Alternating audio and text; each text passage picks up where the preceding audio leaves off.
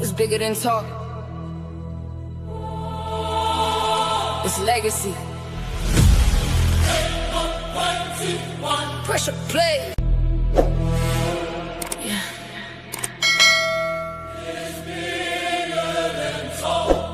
It's bigger than talk.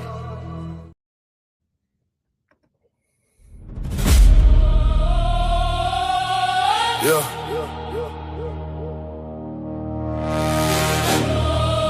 This ain't opinions.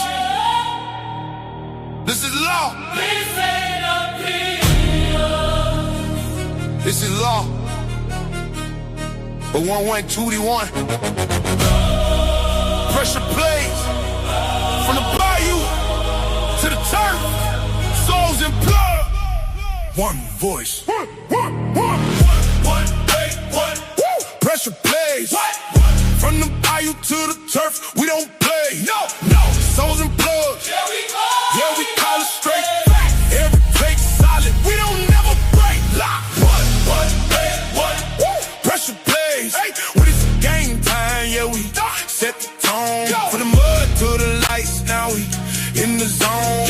If it's real sports talk, this the throne. I'm the voice of the field and the streets combined. Half blood with the vision, half soul with the mind. Breaking down every play like it's streaming rewind. If it's pressure involved, I was built for the time. One more day, 1 year, the code don't bend. Every take real, we don't follow no trends. From the bayou grind to the turf with the cleats. We connect every move from the start to the end. I don't speak for the hype, I speak for the game. Every stat, every route, every loss, every game. If it's 4 quarter pressure, 2 minutes remain. I'm the one you gon' trust when you saying my name.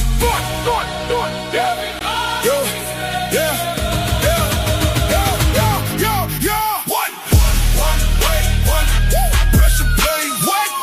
From the bayou to the turf, we don't play. No. Souls and blood. Yeah, we call it straight.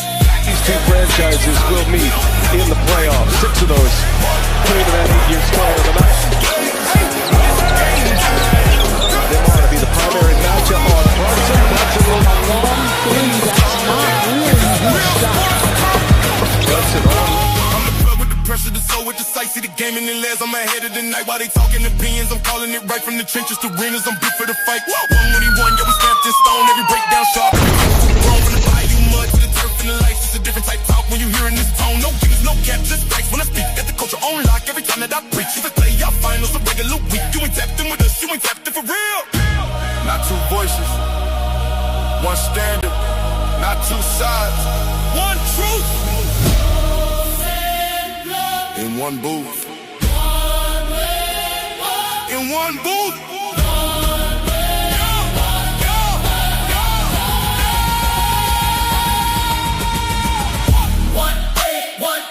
Pressure plays. From the bayou to the turf, we don't play. No. Souls and blood. Yeah, we call it straight. Every take solid, we don't never break. Pressure plays. When it's game time, yeah, we set the tone. From the mud to the lights, now we in the zone. If it's real sports talk, this the throne. King. Pressure plays. From the bayou to the turf. Souls and blood. We don't guess, we know.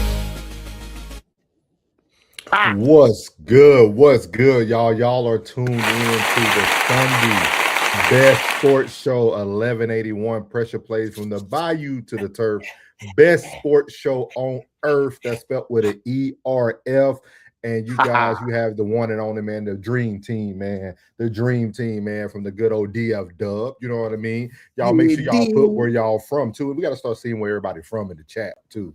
Well, that's what we got to start doing. Let me see where 1,000 wow. doing, man. Great show this morning. Great show this morning for Uncle Plug and Uncle Plug TV. We are going to be stemming a lot from the conversation he instigated over there on his channel. In case you missed it. For sure. Yeah, man. How you doing today, man? I know we just talked a little bit, but how you doing today, man? Man, I am. This is my phone call for you, by the way. This is my phone call, so I need you to tell me how you doing. Man, listen, man. I am great right now, man. I'm full of energy right now, man. It's like, sometimes we talk about certain things, getting it off your chest, and then while you speak it, you get a different perspective.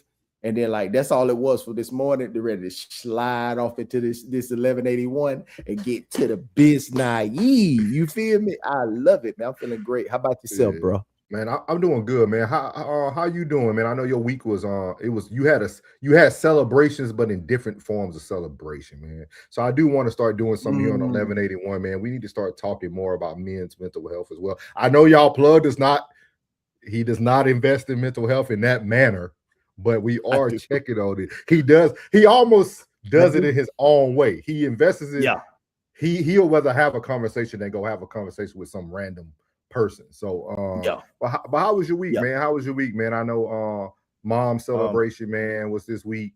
You had the lady celebration this week. Like, how was everything for you this week? And you had a loss as well. One member of the extended family had passed, you know what I mean? But with the conversations that was being had, you know, with certain key family members, you know, we got a little giggle out of everything, and we had a nice little talk. We make not light of the situation, but look at it in a positive way always. And you know, this is when one of my favorite ladies in the world, her birthday was July 23rd. So we celebrated that. And one of my good partners that passed, his birthday was also 23rd, and a significant person in my life birthday also is July 23rd. So we all celebrated that, and it was a beautiful situation. You know what I'm saying? Everybody is happy. Everybody's happy. Everybody's happy. Everybody's cool. Everybody's content. You know, talked to my little cousin, had a new addition to the family. My baby cousin, she had another big ass little girl, a 9-pound little girl on the 22nd of July, which was dope. You know, I talked to my uncle about it. He happy about it, ecstatic about it. You know what I mean? It was just it's some L's, but at the same time, it's a lot of dubs too, man. A lot of dubs too. So we don't let the L's overshadow the dubs. You know what I mean? Yeah. I'm great. I'm great. I'm glad you're doing well, man. I know how that is, man. I know I sent the shout out, man, to Mama Plug to make sure she check on Mama Joyce up there. You know what I mean? I think people need to understand, you know, we all have, well, not everybody, but a lot of us have experienced a lot of major losses, man. And it really does change your thought process on life. Plug said something earlier today on his story time show where like losses are actually growing him. Like it's actually making him look at things from a different view, right? And for those who don't know, I lost my mother very early. I wasn't even 20. That was 2008. So I was only 22 years old. So y'all got to think about it. I'm 40 now. So just imagine going 18 years of your life now looking out of a different rearview mirror than everybody else. Like understanding that like tomorrow isn't promised, right? We hear these slogans, we hear all these things that people talk about, but until it hits at your front door, it don't look the same. So I always tell people, just make sure y'all tap in with people, man. Make sure you check on people, man. I'm glad you're doing well. So man, yeah, man. Y'all are here at 1181, man. Pressure plays from the bayou to the turf, man. Again, the best and only sports show on earth. We're going to start speaking these things into existence. This is going to be the biggest show. We are a few weeks away, like a month away from live NFL play-by-play game action. So y'all are going to start seeing us on your TV tunes during the live stream games on Mondays and Thursday nights, and also the Sunday night header. So be looking out for that as well. So yeah, we got Eli and Peyton. You better watch out, Eli and Peyton. We coming. Plugging souls, man. You better get it right. Oh, yeah. Yes, sir. So, man, we're going to get right into it, man. We're going to be doing some off-season talk, man. We're going to go ahead and get into our all-season talk today. And I think this might, hopefully we don't stay on it too long, but we might be on this for a good little hot minute, man. But let's get over here to this off-season talk. Here we go. Pressure play from the bayou to the turf. Blood, yeah. 181 pressure plays from the Bayo to the turf. Awesome, man. So let me take these comments off the screen so y'all can see that young, handsome man behind there. There we go. So as y'all know, Ryan Clark was fired on national TV. Probably one of the ultimate disrespectful things that I've seen. You don't really see something like that where somebody's like actually at the workplace finding out the news and not coming back after the commercial break. I think it was a form of public humiliation. I will say that as well. But we're going to have a deeper talk today, man. Ryan Clark did go on his program, his platform, his company called The Pivot. Something that can't be taken away from him, which is most important. But we're going to be talking about pretty much power today. How does it feel to lose it, gain it, or those moments when you just don't have it? So we're going to hear what Ryan Clark has to say. We are here for the dialogue. Anybody who is new to 1181, if you want to put your comments in the chat, please do. And who knows, we might drop the link today for those who really want to talk about this subject. But we're going to get it started, man. This is The Pivot right here. Somebody had to do it. Hey, RC, you know how I always ask the guests, what's their biggest pivot, right? Yeah, I think this is the biggest pivot. for sure. I think I'll look at it in 5 years, and if I was sitting down with Ryan Clark, Channing Crowder, and Fred Taylor, that would be the answer. Now, what happens from now is like the rest of the story, but I think the moment would be this moment. You good? No, I joke about it, but you know what I'm saying? It's a serious situation. I think, I'm definitely okay, but I feel for the other people who are going through this with me. Carl Ravitch been there 33 years. Charles Davis, one of the best men in the business, along with best analyst.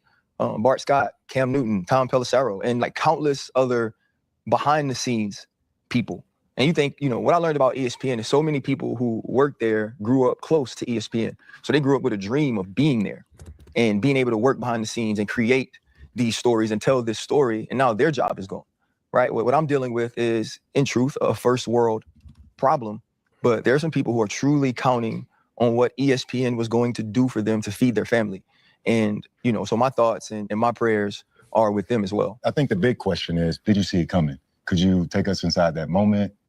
Yes and no. I'm upset with myself from this perspective. There were signs, but I truly thought for the first time in my life, I worked so hard at something. I was so good at something. Everybody acknowledged that that they couldn't fire me, that they wouldn't fire me.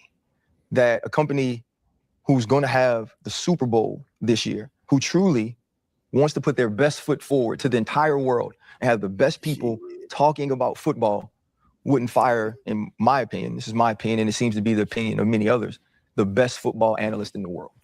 I didn't think that, and that's my fault.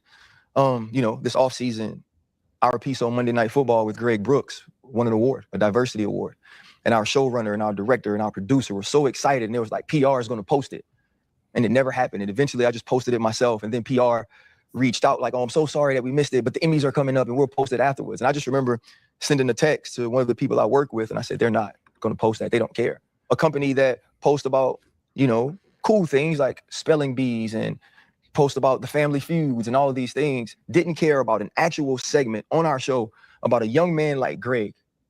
Didn't care about that enough because of me to use it. Was that ever addressed? No, it was never addressed. Family Feud. They have an NFL Live Family Feud, a show that I've been a part of, that I won a sports Emmy for being a part of, that's won 2 Emmys in a row because of the core of Laura Rutledge, Marcus Spears, Dan Orlowski, Mina Kimes, and Ryan Clark. You go do Family Feud, and Marcus and I aren't there, but Marcus was asked. And when I reached out to the people who were involved, they just said, one said, we never asked for you. Another said, these 2 people were already on Pat's show, and that's why you and Marcus weren't on. But Marcus was asked, I wasn't. So there were just signs throughout the season, like even now, if you look at everything for the Super Bowl year, I'm not on any of that. A guy that's supposed to be a part of Monday Night Football, a man that's supposed to be a part of NFL Live, a man that's a huge part of First Take, was a part of building Get Up. So to me, the signs were always there. And I called, man. Yeah.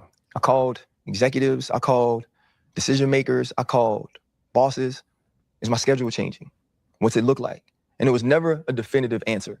But I think it was never a definitive answer because this was always the plan.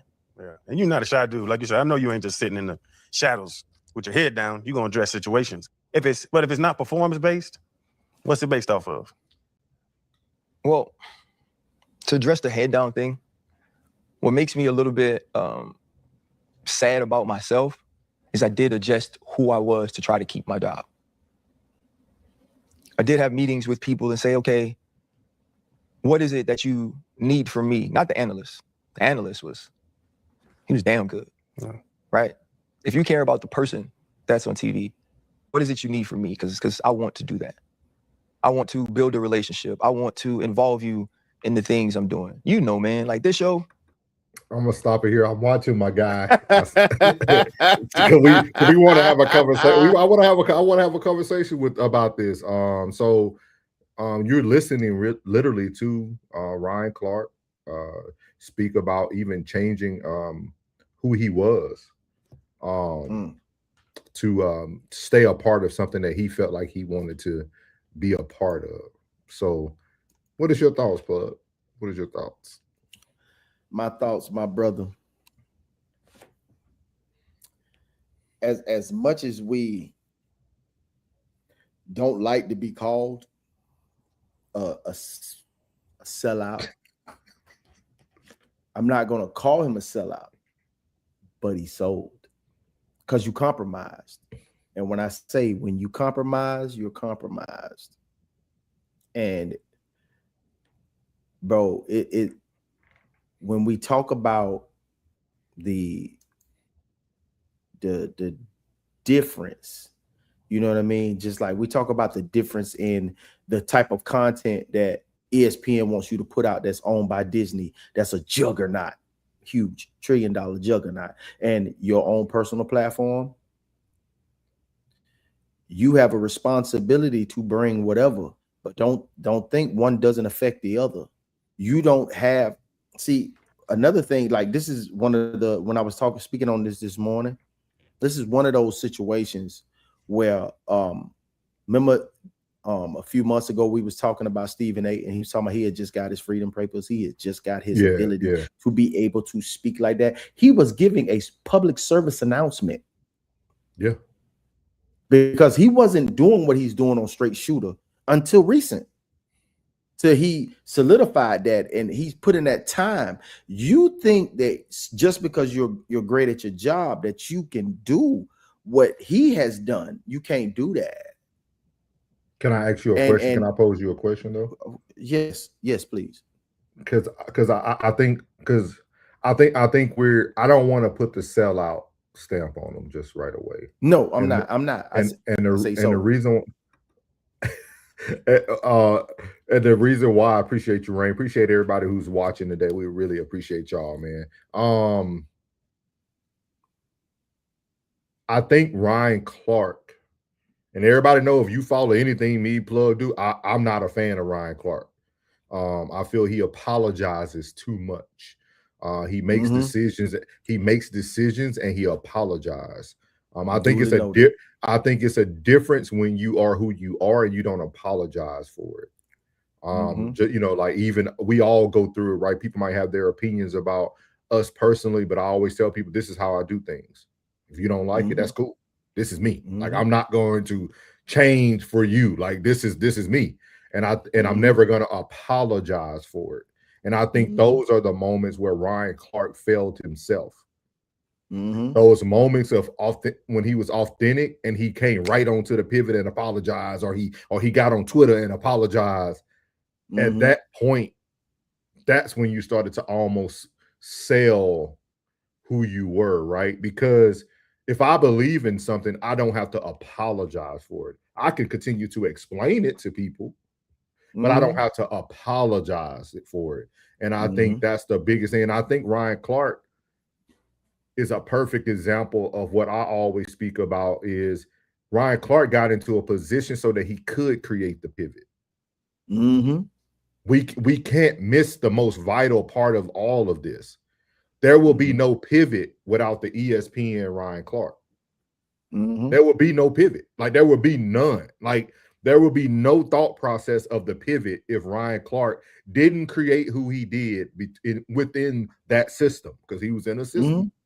So that's my biggest thing is like, I think Ryan Clark needs to look at it from a different point of view. I can't tell the man how to think about it, but I think he should look at it as this is part of the path. Same thing with Stephen A, right? Stephen A gets more views on Straight Shooter than he does when people watching him on ESPN any day. Like his Straight Shooter, and on Straight Shooter, he's able to create new platforms for other people. Mm-hmm. And when you watch them, people like Ryan Clark, Stephen A, they're not really bringing people that don't look like them up there. It's more of us. Yeah. Mm-hmm. So at the end of the day, being who he was, operating within the system, allowed him to create a new platform and a new space for people who look like him. Right. There's nothing wrong with that. There's nothing wrong with it. And the only thing I say is, like you said, all the apologies unnecessary. You gonna say it, stand on it. Stand on it. Stand on it, my boy. Stand on it. Because once you did that, now you go back and say, what can I do? Well, it's you can go ahead and sell out. If they would have said it to you bluntly like that and said, no, we want you to sell out. We want you doing what you're doing over there on the pivot. He didn't say anything, because for him to say that would be him saying, I don't care about the issues that you're talking about over there. Yeah. I just don't want you bringing those same issues, because you got to think that stench is going, that cologne that you got on is going to follow you from the pivot to the ESPN panel. And I don't want to hear about that. I fired people before because of the stance they take on these public and sensitive and racial issues. So I'm not going to have you, one of my top guys, doing it, because then somebody else behind you is going to do the same thing. So if I cut the head off, the body will follow. Because we already know what Stephen A gonna do. He knows how to play the game. And there's nothing wrong with Stephen A playing the game, because we have to understand dealing with him, if we're gonna like him or listen to his commentary and his analytics, is that's what he stand on. And I've come comfortable with knowing who Stephen A is, and I'm cool with how he kick his game. If you have a problem with him, you tripping. Because you a fool. Yeah. Go ahead. But I think the difference between Stephen A and Ryan Clark is Stephen A is the superstar. Ryan Clark is not. He's a Robin. And that's what people don't understand, right? Like, once Pat McAfee walked into the scene, Ryan Clark should have already seen his destiny. Mm-hmm. Like, Pat McAfee is another Stephen A. Mm-hmm. But he's a Stephen A that they want, if that makes sense, right? Like they want that Stephen A. Like, it's a different. That's why Pat McAfee and them can get on TV and tear their shirts open, and they can talk about what they want to talk about when Aaron Rodgers come up. They can finally talk about COVID and talk about all the drugs that allegedly Aaron Rodgers was using, right? Like, yeah, I think some people just have to see the play. And when Ryan Clark thinking that he's the best in the game, which is what you're supposed to think, you're supposed to think you're the best doing what you're doing. So I don't have anything against that. But he also was almost inflating his reality, because Stephen A can move differently until they get McAfee where they want him. See, McAfee's still pushing a little bit against the system too. McAfee has a lot of demands. If y'all watch the contract negotiations with McAfee, the way he talked about the people at ESPN and still got the job, Pat McAfee is still pushing against the system. So they're like, okay, he pushing against us. We know Stephen A will ride with us. Right. So right now we got to keep both of them. But we can get rid of some of them too. Yeah, but think about this. What do we lose if we lose you, Ryan? Because if we lose Pat, we lose a whole 11, our time zone, 11 to 1 o'clock slot. And if he goes anywhere, everybody that watches him, our loyal followers on YouTube, is going over there. We're going to lose you for Get Up, which is not one of our best shows at all. We're going to lose you for NFL Live. That's going to hurt, but we got a lot of NFL talent that can come up here and talk some football. And then Monday Night Football. We're going to miss you on Monday Night Football, because everybody looking forward to see what kind of suit he going to have on this Monday. Oh, man, he's spitting that game, man. Buddy haircut clean, boy. I see Ryan doing his thing. But guess what? We got 1,000 of them. You know who they moving in? Ain't 1,000 McAfee. You know who's going to move in? Russell Wilson. Who? Russell Wilson. It's going to be whack. No, it's not. Because Russell Wilson, because y'all got to think about what sports just lost, right? My drunken ex-quarterback Romo just lost his job. Romo brought the quarterback mindset and gameplay to commentary. Russell Wilson has the same type of IQ. Even though Russell might not have the personality of a Ryan Clark, to football players, Russell Wilson's going to bring you what's between the head. Yeah, like, and people like that. People want to hear more of that context of what's going on, why they did this. That's how Chase Daniels got his position now. He was breaking down film on YouTube. Now they gave him a job. Like, people love that. People are going more towards that. That's why, if y'all notice, Amazon Prime is putting more technology into the game, right? They're trying to make people watch analytically football. Like, they're trying to get you away. But I think Russell Wilson will be the next to take the seat. It's gonna be a flop. It's gonna be a flop. I'm gonna tell you, because like, it depends. Even though Pat McAfee's a punter, the attitude, the demeanor, the excitement that he brings, man, what he do for College Game Day, he's resurrected a show that I love that was dead for like 8 years. He's resurrected it, and it's like the attitude. So at the end of the day, I'm not gonna say the black people are going to tune in because of a Ryan Clark. It's just facts. It just is what it is. Now with Russell going up there, everybody say he's a cornball. It's like, I don't feel he's a cornball, but I don't know his personality. So if you think it's going to hit, I'll take the under. If you take the over, I'm gonna take the under on this one. Because I don't think it's gonna hit. I don't think it's gonna hit at all. And I think that you have to be very selective on who you're going to choose to replace a Ryan Clark, because he was like, even though he's a Robin, he was Stephen A's Robin. So at the end of the day, the ones that are loyal to Stephen A are going to be loyal to a Ryan Clark. So it's have to be somebody who's going to come in. They're going to be that new Robin with Stephen A to see what's going on. Okay, that's just my opinion. Yeah, we'll see. We'll see when it starts. We'll see. So we're gonna let Ryan talk a little bit more. I was very impressed with how transparent he was. I thought he would have left some of the verbiage out, but he's talking. For 3 years, bro, we never shied away from any topic. Right. We never shied away from tackling anything. We did this year. Because I couldn't have no beef. I knew I couldn't respond to disrespect, right? I knew. We said it. But we got to stop it there. Ryan Clark, you could do all of that. The moment that you started apologizing, you made them feel like you were wrong. And I argued this every time we covered Ryan Clark. Every time Ryan Clark did something, I jumped on it. Him, RG3, and I kept saying, he'll apologize tomorrow. He said it. You said it. He gonna tweet tomorrow. Yeah, and that's, you created the bed that you're now laying in. Like, yeah, and then we'll say, even when there's an issue, like, where Ryan Clark at? We said it. We'll say, where Ryan Clark at? Hey, Clark, he better say something about this. He ain't say nothing. Was like, but we know all this was going on behind the scenes. Stephen A lays in his bed. He doubles down. Like with the whole Jaylen Brown thing, Stephen A went harder and harder each day. Yeah. He never backed back. He went harder and harder. And that's all Ryan Clark had to do. ESPN looked at you as, okay, is he unstable? Because he's having this emotional outburst. That's what it looks like. And then it seems like every time he steps away from the environment, he apologizes. Perception is reality. Yeah. Don't get it twisted, Ryan. We got love for you.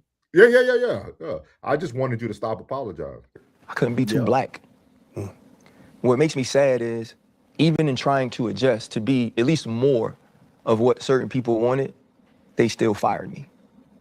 And so I think that, man, this is, y'all, we might not even get to any more topics today, to be honest with you. Yeah, because this is deep, right? Like, I'm gonna play that back, and then me and Plug gonna break it down. Y'all gotta listen to what he's saying here. Man, the answer, because this was always the plan. Yeah, and you're not a shy dude, like you said. I know you ain't just sitting in the shadows with your head down. You're gonna address situations. But if it's not performance based, what's it based off of? Well, to address the head down thing, what makes me a little bit sad about myself is I did adjust who I was to try to keep my job. I did have meetings with people and say, okay, what is it that you need from me? Not the analyst. The analyst he was damn good, right? If you care about the person that's on TV, what is it you need from me? Because I want to do that. I want to build a relationship. I want to involve you in the things I'm doing. You know, man, like this show, for 3 years, bro, we never shied away from any topic. Right. We never shied away from tackling anything. We did this year because I knew I couldn't have no beef. I knew I couldn't respond to disrespect, right? I knew, for lack of a better word, I couldn't be too black. What makes me sad. So I want to stop it there first, because I can't let Ryan Clark do that. Because this would be a definition of propaganda. Because propaganda is a pattern of putting out misbelief or misleading information. Don't now, you just told us the first 5 minutes that you alter who you were. Then you turn around to tell us that I couldn't be too black. So now you want to go try to get the audience that you feel that you need or that supported you as you're pivoting into a new position. We can't do that, because you just said also in the next sentence that I had the discussions with them and wanted to see what they wanted me to do. Yeah, you flawed that right there. So your blackness wasn't important to you at first. You went to where you thought you needed to get the feedback from. And see, this is what I be talking about. This is why when people come to me, I stand on what I stand on. Yeah, you can call me whatever you want, Uncle. I don't care. I'm gonna give you the facts, no feelings, no explanation. Like, that's just me. Facts over feelings. I'm gonna watch something and I'm gonna interpret what I receive. That's it. You wanted to put your own judgment on me, that's on you. Yeah. But every time you watch me, I'm not apologize. I never said I'm sorry. I never go back on what I said the day before. I just say, this is what I watched. This is what I heard. What I served. I interpreted it. Period. Yeah. But that's the thing. Like when he did that, that sent him straight to the bottom, because why would you do that? You know what I mean? Like, why would you do that, bro? Like, and then you seen what happened to you before. You just thought, like you said, that they wouldn't fire you. So your demeanor was possibly totally different, because you was like, if not me, then if it ain't me, then who? Yeah. And they showed you. That's all it was. They had to show you. They had to show you what it was. And that's crazy work, because you should have seen that. You too sharp to not see that happen, bro. But he did see it. He wanted the approval of them. They weren't gonna give you that. But that's what he's saying. You see what I mean? We know that, right? We're having a conversation. Yeah. We know that. Yeah. He's expressing otherwise. And then you didn't only shy away from conversations on ESPN. You shied away from conversations on the Pivot. The Pivot had no attachment to ESPN. That should have been your outlet to really be who you wanted to be. When you on the Pivot, people didn't get mad at you for what you said on the Pivot. They got mad at you for everything you said on that ESPN platform. And then when you went over to Twitter to apologize the next day. The Pivot, you started doing interviews that had nothing to do with what's going on. You were doing interviews with sports athletes that wasn't even in season. You were going all over the place. Just say you were trying to protect the bag, and that's okay. That's it. That's exactly what it was. He said, but to fire RC, RG3, and Cam is diabolical. Yeah. But it was, but I think Cam was a casualty of war. Oh, big facts. Because they brought him in. He was a casualty of war. They ushered him in, so they made sure they ushered him out. Because at the end of the day, like the only reason why you brought them, because you initially started with a Shannon Sharp, who had their own platform, that had their own viewership, that they brought in so many viewers from their own platform. So all of these platforms, whether you want to know, are connected. From Cam to Shannon to RC, all of them are connected. Every last one of them, because these are ex-football players who come on and analyze sports and also talk about politics and culture.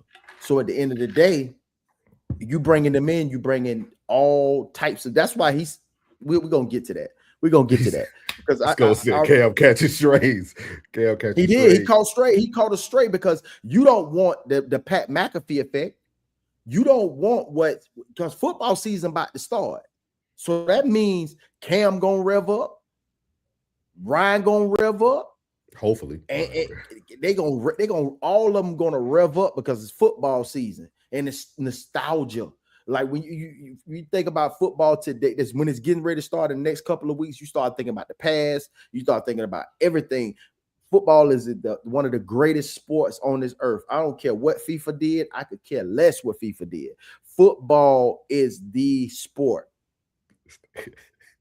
Football is the sport, not football, but football. American football is the sport. Bottom line, nothing can touch it. Nothing can touch it. You can see, you can hope or think that it does, that FIFA does. It ain't nothing like football. For everybody watching, I don't agree with Mr. Plug over there. If y'all would like to sponsor us, if y'all would like to sponsor us for FIFA World, we will sit here and we will wear our soccer jerseys next year at 1181 Pressure Plays. Thank you. It is. I most Even definitely will. I will pull around. I'm gonna get that bag, baby. Trying to adjust to be at least more of what certain people wanted, they still fired me. And so I think that is difficult. I think it's about some of who I am, and it's about certain executives not connecting to that, not supporting that, not wanting to champion that, not wanting to give that the vast platform that is ESPN. And I think they utilized it to make an example of me. But RC, you called some people to figure out what you can do. Did anybody give you a heads up? Yeah, I gotten some heads up. I mean, summer ago, Stephen A sat with me, took me to lunch in Los Angeles. He told me, he said, there's a particular executive that doesn't like you. No, let me be honest. I had been hearing this for years, right? It had gotten to me so many times. And so having that dinner or that lunch with Stephen A was just confirmation of it. He's like, you need to go set a meeting. But so many times when I heard about this particular person, it was, he doesn't like you, or he's said this negatively. So I'd heard it a ton of times. And I got a call this offseason from someone within the building. And, they said the way I stand up for our community is commendable, right? That they respected that in my position, I had a passion for that. But they also said it had created enemies for me at the executive level. It had created opposition, and that there were people within that building that were going to stand on the table for me. And it was such a shock because I thought to myself, in the most important year in ESPN football, you got to stand on the table for me? Like for me. Yeah. Like there's somebody that needs to be convinced that our NFL coverage is elevated when I'm on TV. Like there's a person that knows football. There's a person that knows TV that thinks that 13 years in the NFL, Super Bowl, Pro Bowler, a captain, experience from being an undrafted free agent to trying to make the team to being one of the leaders in the locker room, 12 years of doing this. You got to convince that person that I should be doing TV. Mm-hmm. And, what I learned was it wasn't about who I was in front of the camera as it pertained to football. It was about what I represented every time I got in front of that camera. And that is something that I don't believe you truly, truly can come back. When it's all said and done, that's the least anyone can do. I mean, you stand up and stand on, the shoulders of, or for so many people. Like what you do, bro, is unbelievable. So for someone to stand up for you, I think that's the minimum anyone can do. But so also, I want to put this to bed because a lot of people have been having their takes about Stephen A. And you mentioned Stephen A. So Skull, you right. Mm-hmm. But watch this though. Watch this. It's crazy, man. Everything alignment. Like Skull, you just put that. But watch. There's always going to be somebody to make sure you're not going to sacrifice that lamb. You're not going to sacrifice that lamb that they call Stephen A. There's always someone in the room to speak on his behalf. Is there anything Stephen A could have done to make this go away? No. Stephen A, with all of his power, with all of his influence, is not a true decision maker at ESPN. That's not his job title, right? That's not in the repertoire of what he's asked to do. And we get it so many times, right? And I get it all the time. Why do you ride for him so much? Like, why don't you come for him when he says these things? And I've said it on the show. I call him. I text him. I tell him when I think he's doing too much. And I have the conversations with him all the time. But when this company was treating me in a way that, at least in my opinion, was unfair as it pertains to what I'd accomplished, he was the first person to go, I want you. Mm-hmm. If they're going to take you off of this or that, don't worry about it. You'll get your TV time on my show. Thursday and Friday will be Ryan Clark's days. That will never be forgotten by me. Mm-hmm. I will be forever grateful for that.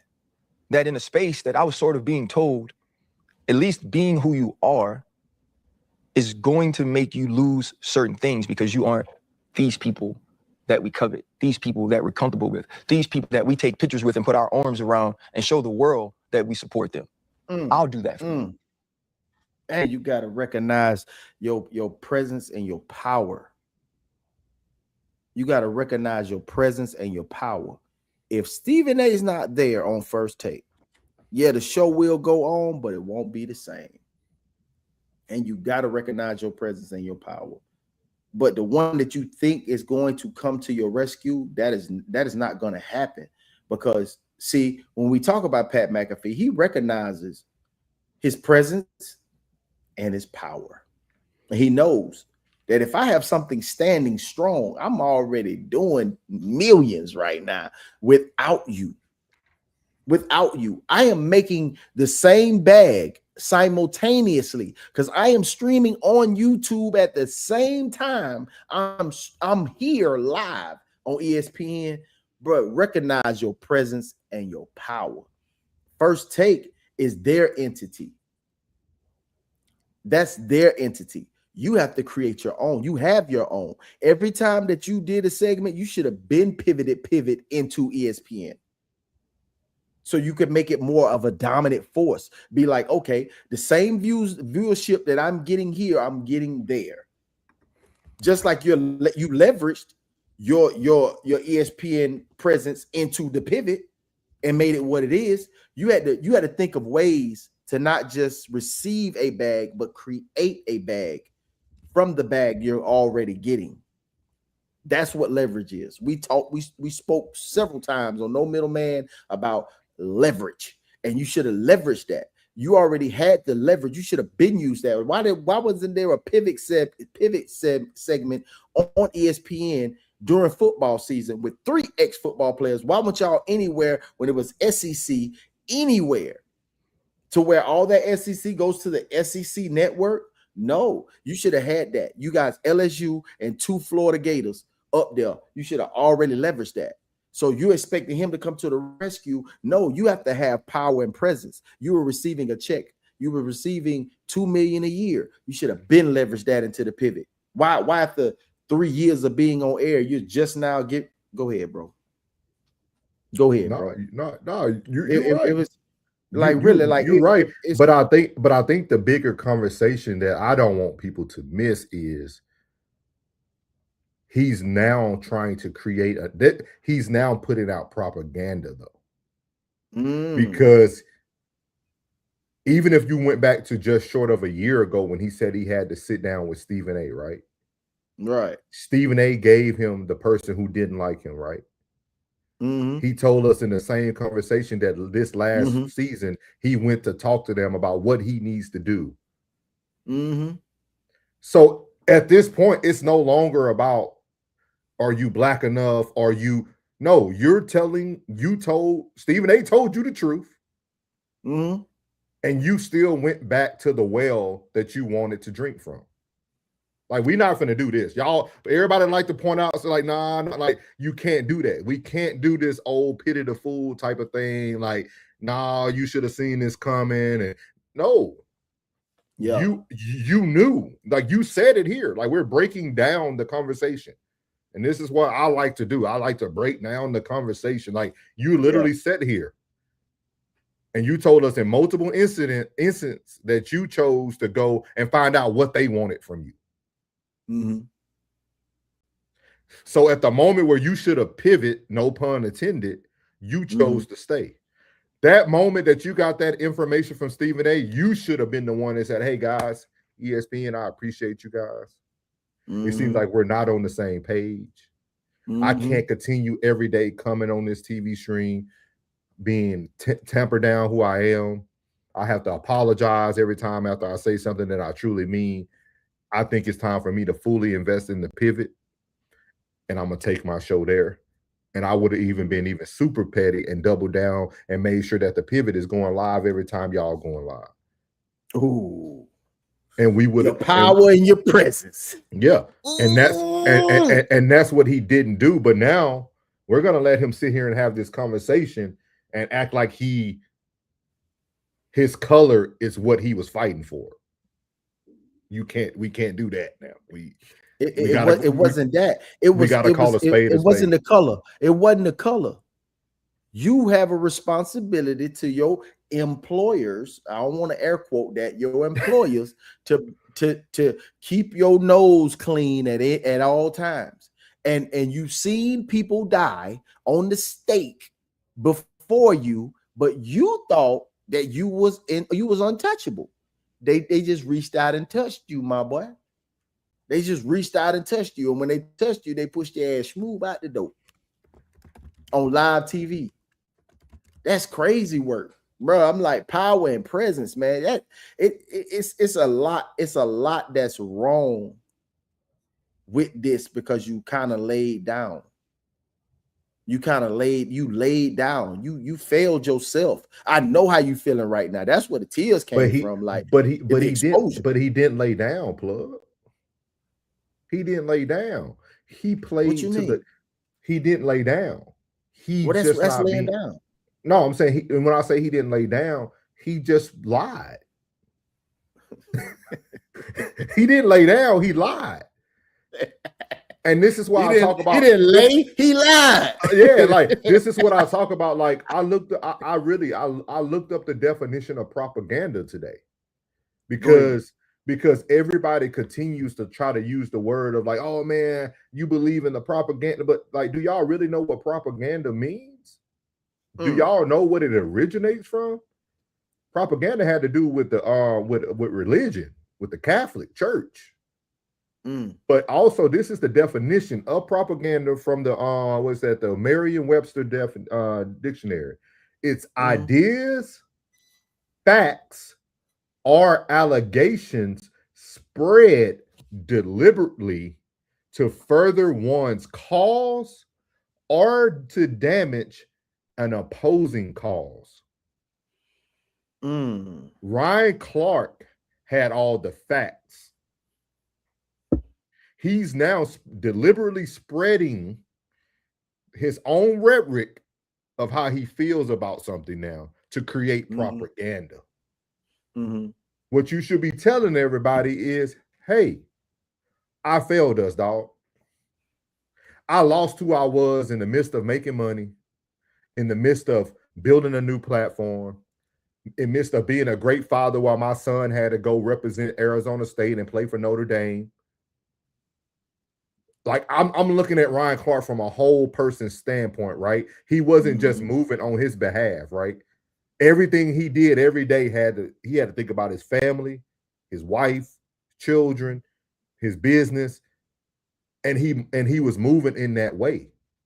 But don't now try to use the group of people to try to move your needle to make it seem like it was something that you didn't already know. That's how I try to discuss things. That's why I tell people I stand the way I stand. I give you the facts. I don't put emotions in anything. When I read something, I'm gonna give it to you how I read it. Technically, you'll never know where I stand unless you know me personally. So, like with Ryan Clark, he decided to reach out to the people who didn't look like him to get their approval, knowing that they already told you that you got to act this way. And then at the end of the day, you got what you got. So where's the accountability portion of Ryan Clark? If you can see how he describes himself as being one of the greatest to do it, one of the best to do it. As I was speaking this morning on how certain people used to it. He got him out of there. Appreciate you, Sco. He got this fool out of there. Yeah, appreciate you, Sco. And how he was speaking on himself, that you got to see how, you know what I mean? He was having his ass on the shows. I could just imagine how he was when he was in the good. Like, I could just imagine, you know, like getting this money, feeling like you untouchable.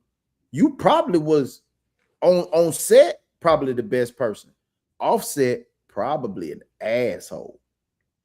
And I think that with it happening to you, you were so shocked because you were so consumed by yourself that you didn't even know that people around you didn't like you. The ones that you did touch, they, you know, people going to send you some sentiments when bad things happen. But at the same time, you don't know how many of the ones that were sending the sentiments was also feeling the same way about you being an asshole. Yeah. Because it wasn't just about the rhetoric. It wasn't just about the rhetoric. It probably was your attitude. It probably was your demeanor. It probably was, you know, you probably came off a bit smug. And you really lost yourself in it. And you got to feel with that self-guilt, knowing that you had to change yourself to keep it. Yep. That's a lot to deal with. That's some character flaws. You know what I mean? Like when you have to change who you are, we have to change who you are to stay in this job just because you got responsibilities. Boy, trust me, I had to stay in several situations that compromised who I was and had to just play along to get along. Not you. You know what I mean? Not you, Plug. Bruh, I had to do Not it. Plug with 2G. I had my family. A lie don't care who tells. Not Plug. Not Plug. I'm telling you, it got to a point to where once you compromise yourself like that, you're like, you're gonna feel a way about yourself because you know this ain't you. So you're gonna start acting out. You're gonna start acting out. I only talk about what I've been through and what I've done. So when you've done that, you feel some way. So what now you gotta overcompensate for your realness because you felt like you compromised just a little bit over here. So you compensate for that over here with the realness. And now you're going overboard. Now you done lost a grip of yourself because that person that's standing out front that protects you, the person that's inside, the sensitive person that's inside, they haven't met yet. Yeah. They have to meet. That's why my bad. Go ahead. Yeah. No. You're right, bro. You're right. And I agree. That's why I always talk about logic over emotions. Like I was messing with Plug this morning on his live. I was like, that's too much passion. See, we start speaking from passion a lot of times. And that's what Ryan Clark is doing right here. But you would never even have to speak from this place if you would have just stayed even keel. You on one end of the token, you felt like you needed to speak to prove your blackness. But then you will have a reality check by the end of the show and feel like you had to apologize to appease the other people. When at the end of the day, niggas and white people are going to judge you either way. So you're better off being even keel, leave your emotions at home, and just have conversations. That's why I just have conversations. If I want to have a deep conversation, I'll call Plug. like I'll just call them. Like I don't have to I don't have to go through all that. I could talk to my All the pops or something like rigmarole. that. Yeah, like, and I think that's what we have to understand here in the midst of power, right? Power is understanding that you have control at all times. That's what true power is. And that control might not look what some people think it is, but Ryan Clark had way more power than he gave himself credit for. But he let it go every time he apologized. Every time he thought he was standing up for Stephen A, going at Cam Newton with Jason Whitlock. Every time you thought you had to do something to prove who you were, sometimes just be who you are. If a nigga think you solid, he think you solid. If he don't think you solid, he don't think you solid. That's okay. You can't change it. That's okay. Like that's okay. Like you don't have to run behind creating who people want you to create. Sco said, if I say it, I mean it, not apologize for it. That's what I'm saying. That apology, and I said this, y'all can go back and watch all our stuff. I said it over and over about Ryan Clark. Why are you apologizing? Apologizing is you admitting guilt.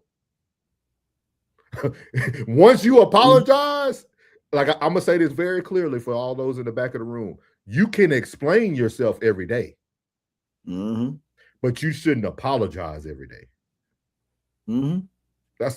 It's that simple. Logic because over that could have leveraged something into a segment to where they probably had no choice. Had you stood on it, they probably had no choice. But man, he getting a lot of attention because the only thing they want is the clicks and views. Oh yeah. So you would have stood on it. They probably would have made a segment for you so you can speak on what you normally speak on because people are actually tuning in for that, and they're gonna be watching the numbers, and the numbers would have went up, and this, that, and the third. But since you didn't take it as seriously, or you backpedal, when you backpedal, guess what? They like, he wasn't serious. I agree with you, Sco. He wasn't serious. I agree. That apology was just I agree. You say it, you say it. And then at the end of the day, y'all, we live in a world where content is over everything. Everything. So at the end of the day, why even apologize? People are going to run with it anyway. Like, just say what you say and let everybody else drive the conversation. For real. You can have your apology in person. It's easy to say, hey, RG3, bro, I know, like you, and that's one of the things that like really confuse me here, even in these spaces. Like, why are we disagreeing in the chat and changing up the temperature in the room? And if you don't like something that's being said and you know me, let's just talk about it later. But right now, me and Plug are over here trying to make money. Let us make our money. like don't change the temperature in the room because you want to put your emotions out there. Like, let us have our conversation. Like, this is our conversation. That's why everybody has phones and chat, Snapchat and Instagram, and you can speak your opinion and your rhetoric anywhere you want to speak it. But here, this is Soul's opinion. That is Uncle Plug opinion, and that's it. Yeah, that's it. Like I don't understand why we want to change the temperature all the time in the room. Sco said, you can definitely apologize in person or a simple call. But he said RG3 saw. Hey, Sco said he ain't gonna let that go by. Cha. Shaman. Hey, well, Sco said he ain't gonna let that one go. He ain't gonna let that one go, man. So we're gonna play a little bit more of this, man. Great conversation, man. Great conversation. Yeah, man. And the loyalty he's shown me, the love he's shown me, the true hurt and pain in his voice when he called me around 4:00 Central Time on Monday, I will never forget that. We are forever friends. You talking about 4 Central on Monday? What happened on Monday? Because you got 5-minute shifts. Get fired halfway through that job. Hey, Jack, crazy, right? Hey, where'd the other box go? Hey, Smokey was trying to build club houses. You know what I'm saying? He was still in boxes. He was still in boxes. Hey, my box disappeared. You know, my box went away. Hey, they was like, damn. I said, then where else he go? Yeah. So let me put this to bed. I wasn't laid off. I was fired. Right? They're using layoffs as a cover and a camouflage for what they already intended on doing. But there was no cause for it. Right? So because there was no cause for it, you couldn't just fire me. So you had to wait to the layoff so you could camouflage it and veil it, right? But here's the other thing. If I was laid off, like everybody else, They came out on Tuesday. Mine came out on Friday. I get the call. I get a text from our showrunner that tells me to call my boss. I call my boss in the break, tells me they're letting me go. He said, this is a very awkward call. This is a hard call. I could hear how hard it was for him. And if anybody was going to call me that was anywhere on the executive level, whether low or high, he's the person I wanted to, the way he's fought for me and rode for me. And he said, our friends, jokingly, at Outkick had the story, and we're going to leak it. Let me tell you why I know I was fired. Because during the season, after some of the Kyron Lacey news broke, there were people on our... For a man that got all these answers, seems very shaky to me. Our network, along with me, that said something about it. Both of those people apologized, as did I. I didn't want to. Right? I was told I couldn't come to work if I didn't. And at that point, I said, well, I can't come to work tomorrow because I don't believe I did anything wrong. Some conversations happened and we got to that point. And Outkick wrote an article about all the people that apologized, two very prominent faces at ESPN. And they praised them for who they were and how they brought this thing back around. And they bashed me, talked about how negative I was and spoke about me in such a nasty way. And I sent an email at that time to Burke Magnus and Dave Roberts, who were working, because we were on an email talking about how we were going to handle it. And I was very poignant in saying, you have to watch who you listen to about me. There's certain people who want to paint me as a certain thing, certain people who want to devalue my voice, certain people who, no matter what I do, with all the great I've done, they've never mentioned that. But in this case, there are three people who are very important to this network, who all did the same thing, who all responded in the same way. And only one of us was vilified. And only one of us was a black man. And so how... Comparison is the thief of joy. Of joy. I want to do something because this person wanted to do it. What you got to say about it? Give them some wisdom. Give them some real spiel, plug. Give them some real spiel. Thank you, Ambition. They apologized. If everybody's jockeying for your spot, everybody's jockeying for your position, and if they think that there's any chinks in your armor, they coming for the kill shot at any chance they get. It just is what it is. And you knew, like you just said, you told us everything, every trap, you seen it. Why couldn't you avoid it? Because you know why? Because you was compromised. And so said it. As soon as I heard that, I would have parted ways. Yep. Focus my attention and make the main thing the main thing. So you was trying to make two things the main thing. Don't work like that. You got to make the main thing the main thing. It is what it is. And I really feel in my heart of hearts that this had nothing to do with race. What? No. Hold on, y'all. Hold on. Can we replay live? I'll say it again, bro.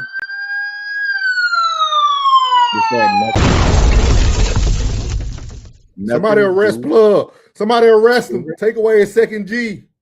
You know, I'm hey, when it is, it is. When it ain't, it ain't. I think this everybody would initially feel, oh man, they just fired all the black folks. Nope.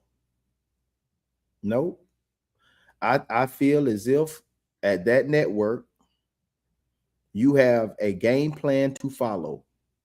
Once you get outside of that game plan, you free game. You free game. And it had nothing to do with that. Because had you stood on it, it is what it is. They would have had to take it or leave it. Take it or leave it. And then you knew where you stood. Like, hey, I know the shot's coming because, hey, I did what they didn't want me to do. I know it's coming. But to compromise, now, you know, the power respects power. Mm-hmm. Power respects power. And once you give it away, it's over with. They're going to tap dance on you, man. They're going to tap dance on you. And at the end of the day, it had nothing to do with race. It had everything to do with the SOP, standard operating procedures. Now, either you was going to stand on it and stay there or step off and do your own thing. But you compromising yourself is not a good look. It's not a good look. Skull You see said that? it's definitely not a race thing. I'm telling you. But you know what, Skull? He is spewing propaganda to make it look that way. We have to still call a thing a thing. But that's also his personal opinion. He's black. But I'm just saying, I like the conversation. I like the conversation. I'm just trying to let people know that once you position yourself, sometimes the rebrand ain't always easy. And he's lucky that he's associated with an emotional community. Because that's what gets a lot of people going, the emotion, the rhetoric behind it. That's how propaganda becomes so powerful. You come emotionally invested into it, so it's easy to push the agenda. But at the same time, this man had all the answers and still chose to put the wrong answers on the test. Oh, go ahead. My bad. Go ahead. Oh, I'll let you play. He said he's only spilling that story because that's the narrative he wants to shoot out. That's what propaganda is. Yeah. And it's nothing wrong because now that his main thing is going to be the pivot, that's what he's supposed to do. That's exactly what he's supposed to do. I mean, hey, in this space, you gotta capitalize on everything. You know, everybody's gonna be spinning their narrative, making their money off of his pain. So guess what? We finna capitalize off that too. And then guess what? We're gonna up the score on these boys. And hopefully, and I hope he's thinking like the ones that was tuning in for me on ESPN, I hope they don't even watch no more. Yeah. Now, how you gonna leverage this? That's what I'm saying. But I'm not trying to beat you up. I'm your brother. Souls is your brother. We here to help. You know what I'm saying? You need somebody on the advisory board. We the ones you need to come get because we the people. And I ain't talking about the Constitution. We the people. He's pretty much saying. No, my bad. We both ready. Go ahead, Cheeks. Go ahead. He's pretty much saying without saying, I'm not at ESPN anymore. Tune into the pivot. That's exactly what he's saying. Skull, can I ask you a question? Because I know you stand on what you stand on. Let's say that's correct, though. How do you now watch the pivot in what perspective? Me? No, I'm asking. Yeah, you too, but I'm asking Skull too. Like, how do you now tune into something where somebody just told you a year ago they only wanted the acceptance for how they wanted him to move? So are we saying this? So are we saying that we're okay that he's changing and coming back home? Is he now the prodigal son? Like, I'm just trying to see. Go ahead. If everybody is, yeah, like that ambition. I've been saying that. I've been saying that on everybody's platform. We are the algorithm. We do push media. We are media. But we don't seem to see it that way all the time. I agree with you. We're going to watch it the same way we've been watching it because now we know what to expect. Now you just expose your hand because I believe every man is going to feel a certain way when they do answer that question that you just rendered the scope because everybody's been in a situation where they had to compromise due to their responsibilities. Due to their responsibilities, everybody ain't going to be just sitting in a situation. Is it compromise or sacrifice? Sacrifice. Because compromises mean you're doing something to like appease others too. Like sacrifice meaning that I'm now laying down something that I know is going to benefit my mission, my vision, things of that nature. Right. He said they don't really talk about sports like that on the pivot, so I can really tune in like that. Yeah, it's a good podcast, but to tune into it every day, I don't think I'll be watching. Like, I like it. I like it.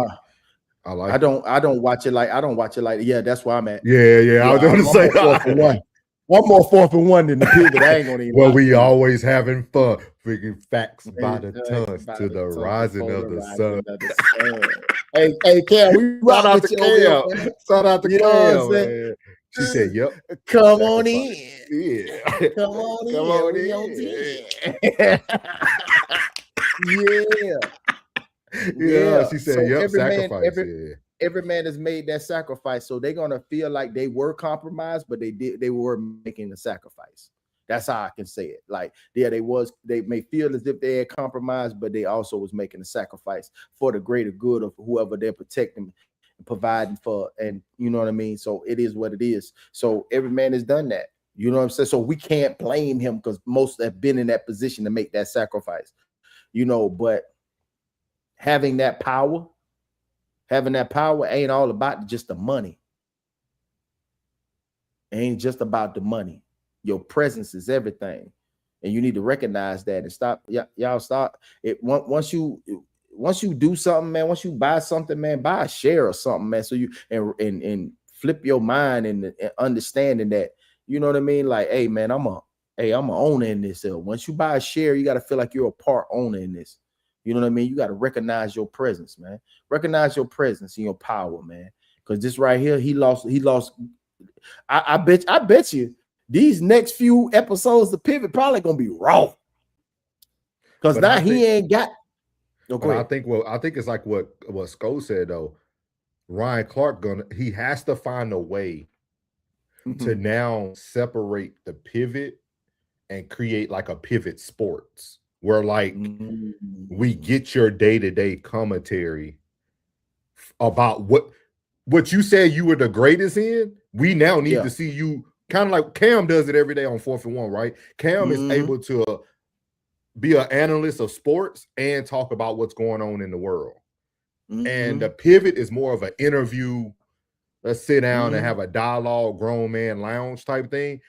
Yeah. Somewhere in the midst of this, Ryan Clark needs to create a form of 4th and 1 so that people can see your greatness as a journalist and an analyst. Like people are gonna want to see that. So that's the one thing I would highly suggest for him for sure.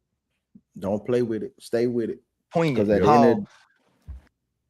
the end of the day, what, boss man? No, go ahead, bro. Purposeful is it to make sure that that's the exact same publication that gets the story that I'm going to be fired? Because you know what they're going to do? They're going to praise ESPN. They're going to pump ESPN up for getting rid of the person who stands up for the community. And they're going to say that these are all the reasons why I didn't belong on TV in the first place. So let's garner as much positive publicity as we can early before all of these people that you've seen come out on my behalf and say I was the best in the world at the job and I deserved better. 1, I didn't deserve to be laid off or fired. It ain't about money. 2, I didn't deserve to be handled that way. So let's get ahead of it. And they were going to get ahead of it by leaking it to someone who they know hated me. I would say, bro, how could this be that thought out when they just asked you if we could all, as a crew, come on First Take in August? That don't make no sense. When I saw it and how they did it and how outspoken you are about the community and how, like you're talking. Some people don't agree with your stances and don't like that you were that open on their platforms. To me, it seemed like it was almost like buck breaking. Slave return. You know, where you're the outspoken one, you're alpha. Let's embarrass him so everybody else gets in line. So nobody else talks crazy to us anymore, goes through emails or whatever. Like, no, let's teach him a lesson. Let's embarrass him on national TV so that they all line up. Yeah, I think that could be part of it, you know. Like I also know that he knows. Private company. He knows. They get to make their decision. Bro. He knows. Yeah. When he asked them that, he was like, yeah, he's realizing, man, my part, I had my part in this. I can see it. Thank you. Thank you. Like that's what I'm saying. Like he's literally like, and we're seeing the authentic Ryan Clark, right? The dude who's on the fence, that's him. Yeah. Even in a moment where he could be as direct as he would like with that question, he still didn't answer it. Because he's still trying to get somewhere on another network. He's still trying. Thank you, plug. Based on what they want to make them on what they want to. So did he learn his lesson or not then? No. Okay. No. But I guess when he comes to the table, it'll be different. Now, when he comes to the table, like is what I speak on at on the pivot, is that going to compromise what I do here? Or is it just sports over here and I can speak on what I want to speak on? That's what the negotiation is supposed to came in. Yeah, you ain't lying. And in his mind, he's really saying, it was on me though.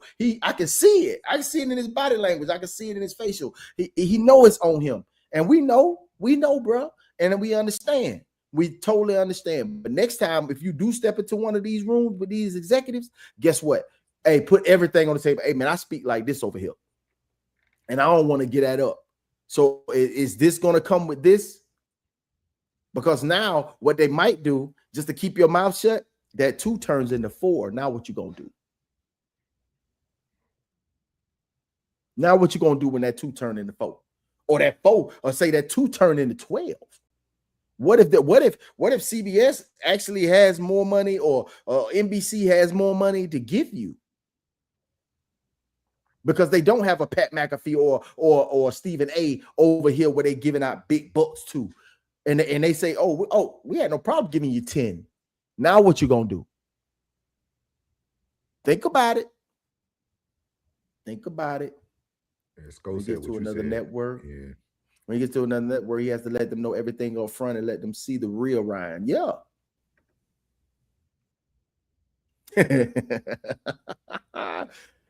Trill. but how, so I think so. Sko and Plug, y'all are confusing me at the same time though. How? Because y'all are saying they need to know the real Ryan. We don't know the real Ryan. Ryan doesn't know the real Ryan doesn't know the real Ryan. That's what I'm saying. Like it's almost like y'all are like blinded to like what's going on. Like he doesn't know the real Ryan. Because he just told us for a whole year after getting the answer from Stephen A, he still went to those same people and asked what could he do. Mm-hmm. So does he know the real Ryan? Like, how can he go somewhere and request something that he's not being able to articulate to us today? Because it's more of a being that he was already within the machine. Being that he was already within the machine and made a change, now coming in with a new slate is more of a now I'm coming and you already know what went on over there. Well, I'm gonna tell you. So speaking on from that day forward. Yeah, from this interview forward. Gotcha. This interview forward, you got to come in and be like, this is me. This is how I get down. This is what happened. This is me. I do this on the pivot. If there's an issue in my community, I speak on it. And then they're like, yeah, because ESPN is all sports. Over there, it's maybe CBS or NBC, they do talk about cultural topics. So at the same time, he may have more elbow room. You know what I'm saying? He might not have to be so squeaky as he would be, just as long as he ain't getting no DUIs or OUIs. Gotcha. I feel you. Sko said he knows, but he just still has his blinder on. Welcome in, Times. Mm-hmm. Appreciate you, big dog. He said, Soul's always good to see you, my brother. You're starting to remind me of my older brother who is in the military. I spoke to him today. It's hard to talk to him because he's in the mountains far away. He said, one thing my pops always told me, don't ever change who you are to please anybody to make money and for them to accept you. He said the pivot is different. Yeah. What's up, Miles? Welcome in, Big Miles. Appreciate you, dog. What's up, bro? What's up, bro? Do know is they didn't take a vote. This wasn't about the majority, right? This wasn't about the people I work with day to day, because my phone don't say that. Production people who ain't worked with me in 5-6 years. Thank you for how you treated me. Thank you for the laughs. Thank you for your professionalism. Thank you for showing up constantly. Monday night. Thank you for always. If we didn't have any talent on a meeting, you were always there. You were always on time. You were always building things for the other people on that set. Thank you. And so when the people you work with cry for you, man, that means the world to me. When I get the messages of like the fact that I supported you, the fact that I was there for you means the world to you. Like it gave you the legs to stand up and be who you were on TV. Like that matters. This was a dictatorship. A person or a group of persons, very small group, they didn't poll the majority. Yeah. They didn't ask that question. Because you asked that question, now you got to say, even though you told me just how important he was, I don't care. I don't care. I know how important you think he is, and you work with him every day. I don't care how important you think he is. I don't like him. People like me don't like him. They keep calling my phone. I don't want my phone to ring no more. Right? There's other things I'll defend. I'll defend talking about another executive. I'll defend that. I'll defend sabotage. I'll defend getting sued. I'll defend all those things. What I'm not going to defend is you standing up for Angel Reese and everybody being mad about the way you did it. Or about what you said about, I'm not going to defend that. No. I'm not going to defend you standing on 10 toes for them all the time. It's not what I'm going to do. I'm not going to take those calls. And that was the decision that was made. And I believe that has a large role in why it was made. Bro, we know how much you love what you do and how hard you work and how passionate you are. And we've seen numerous occasions where we've had opportunities on this show to make X amount of money. And you help us understand that it's not about the money. It's about the quality of the work that we have to put out and the lives it's going to touch. So we agree with you. It's not about the money. It's never been about that. It's about right there, bro. Your job and simply what you love to do. But when you text me, like all the other people you spoke about, that's crazy. Because that whole ESPN situation was about the money. Or was it? What was it about? What was it about? You got to tell me, plug.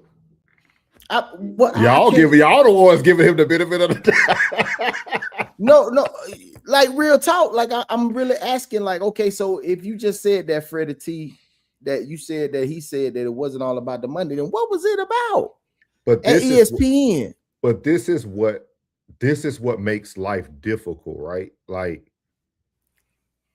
Freddie T is in a tough spot now. You see what I mean? Because Freddie T has to pick. Do I say here on the pivot what I need to say just so that we can move forward and we can have the conversation in private? And I think that's what he's doing.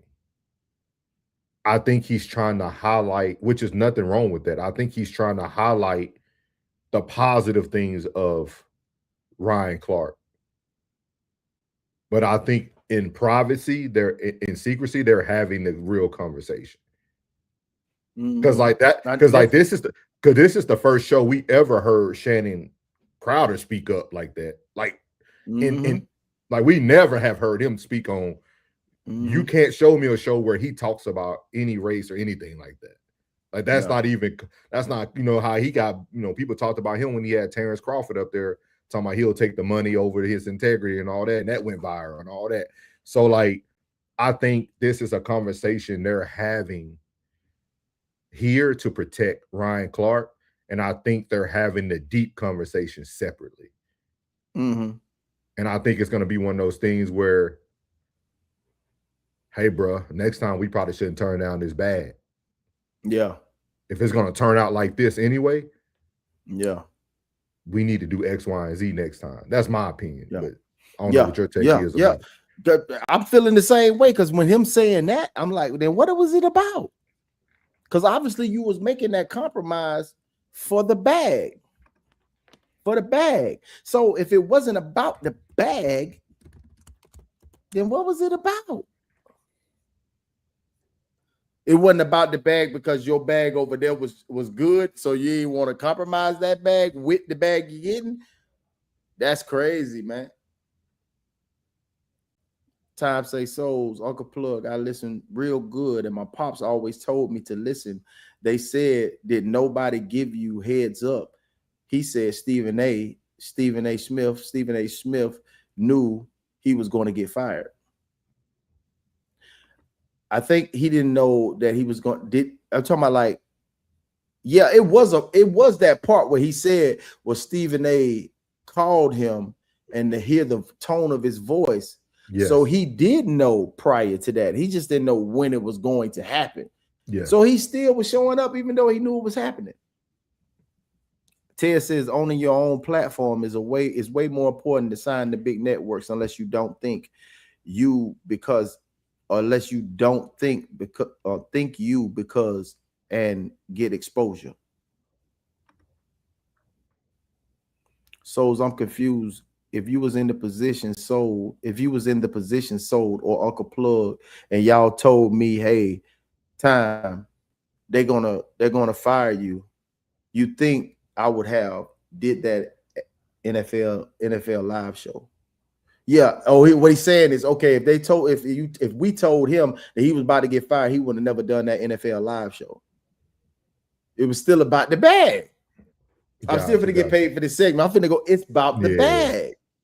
It's the bag. Yeah, when RG3 picks and chooses his battles in the black community, he just needs to stick to talking about football and leave everything else alone.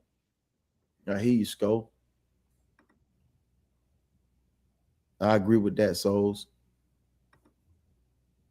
The paper can't be ignored, Miles. You ain't never lied. Ted's respect, family. You ain't never lied. He said Disney don't like sharing slaves. Oh, Lord. Oh, Lord. You on this plantation alone. Except in the bag comes with stipulations. They can also take that bag from you swiftly. I agree. I definitely agree, man. We're gonna play a little bit more of this, y'all, because we do got a couple more segments that we do want to get to y'all with. But this is a great conversation, bro. Great. Richard says so. Basically, RG3 needs to slide more. now, tell RG3 to be quiet, bro.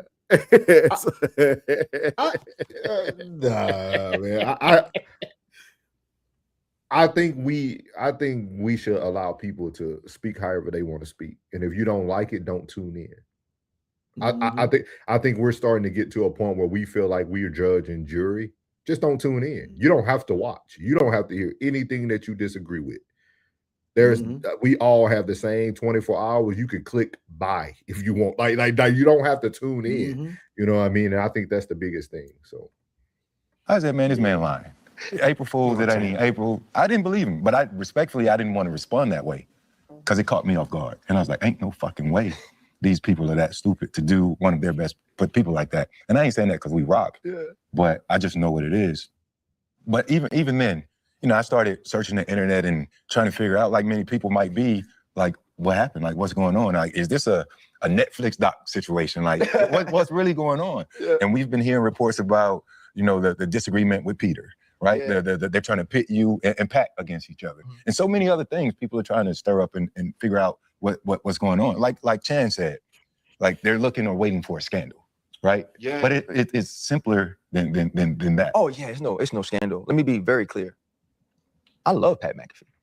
I think what Pat McAfee set out to do really put in place a blueprint for a lot of us. Like, can we do it and be accepted or received at that level, at that amount of money? Probably not. He's an anomaly in that way, but I respect and admire what he's built so much. Right.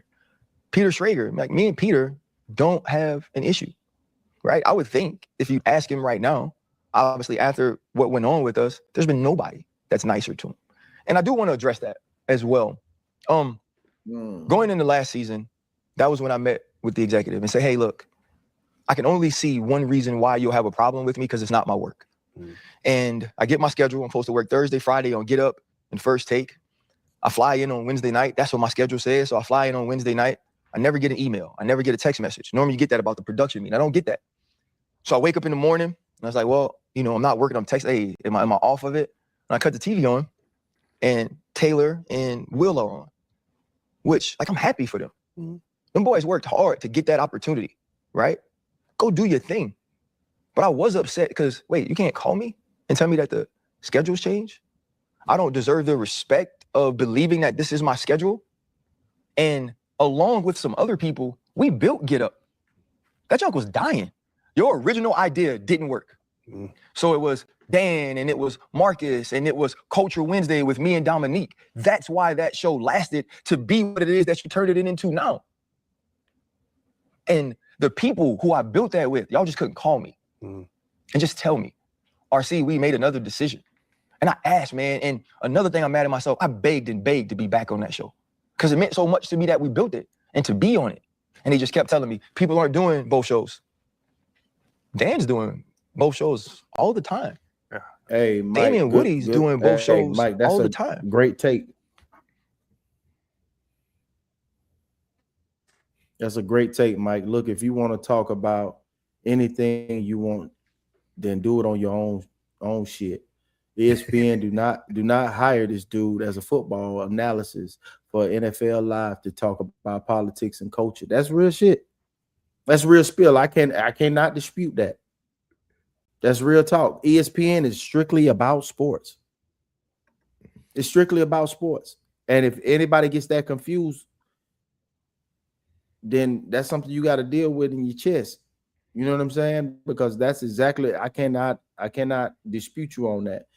Ambition says, if you're watching, welcome in. Please hit the like button in the stream, share the videos, hype the videos, and subscribe to the channel. Please do that. Y'all are in here. Please tap that like button. Please. Thank you so much. Very much appreciated. Time said, oh, I'm sorry, brother.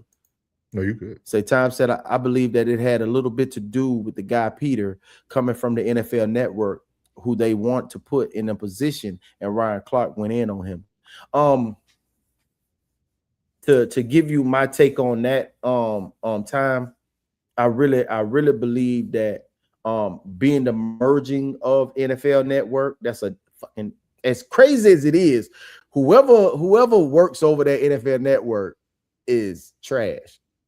Like, NFL Network started out real good with Good Morning Football when Nate Burleson was over there, and they had Kate, Peter, and Kyle. That was a great show. It was a great show. It was in competition with Get Up and First Take, because it did run into both those slots. That's why I don't think it's by accident that Nate Burleson ended up going to CBS. I'm just saying, I thought about that the year that it happened. You know what I mean? I thought about the year that it happened. So yeah, Peter's a good analyst, but at the same time, bro, like, to be completely honest, nobody want to see no damn Peter. Don't nobody really want to see Wendy either. The dude that be talking basketball, don't nobody want to see these guys, man. Nobody want to see these two fluffy ass dudes, man. Nobody want to see them, bro. I don't personally. You know what I mean? I don't know what happened to Kyle. I don't know why Kyle didn't really get a shake. Yeah. Kyle was that lacrosse guy, the little frat. He was almost like the frat boy. I liked him. I kind of thought that Pat took his swag a little bit. I ain't gonna lie about it. What was that? What was that last comment, bro? He said Peter is trash. Oh yeah, Peter's trash, bro. I ain't gonna lie. And Michael said it's business, and that kind of talk turns off 50% of the audience, and they've been bleeding viewers. Real talk. Don't nobody really, when you tune in to get highlights, you know what I'm saying? Even though Sports Center is, you go and get your highlights, find out who won, this, that, and the third, before the app started showing up, and you can go get your, get your sports, or not the sports, but just the scores. If you're a gambler, you know what I'm saying? Make sure your ticket covered. You fell asleep on the game and you want to see if your ticket's covered. That's cool. But other than that, you know what I'm saying? You really want to see their take on the game, and no one wants to talk. Nobody wants to hear that, bro. Real talk. Nobody wants to hear that. You completely honest. I can deal with that. Disney fired most of the NFL Network analysts so they didn't have to pay them. I mean, Charles Davis is the voice of Madden. He's one of the voice on Madden, and he was fired. And really, there was no competition, or really no analysts that you could bring over from NFL Network. The only one you brought over was Rich Eisen, and they did a little experiment with Rich Eisen over there on ESPN. It was fucking boring. It was freaking boring. NFL Network was dying. Now, what y'all gonna do with that over there? Now, instead of partnering up with the Primes and the Netflix, why don't y'all bring the NFL over to the NFL Network?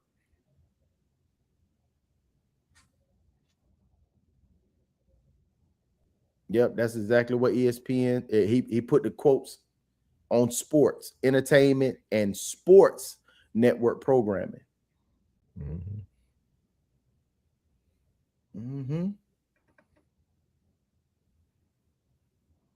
Well, we could be on this the whole damn shit. We could do like 4 hours on this. Yeah. One take. We'll appreciate y'all, but like even this one right here, when Ted was saying they were bought by the Saudi Arabian company, I sat down with Plug, man, like I forgot what holiday it was, and I told him, I said, man, sports is starting to be bought out by the international world. Like sports is about to start looking very different. It's different when the rabbit got the gun, man, because everything at the end of the day is about money. You know what I mean? So everybody got their hands into it. Yeah, everybody. Here is greed. Over there, it's about the sport. It's about giving it to the people the way they want to view it. Here, it's about greed. Yeah.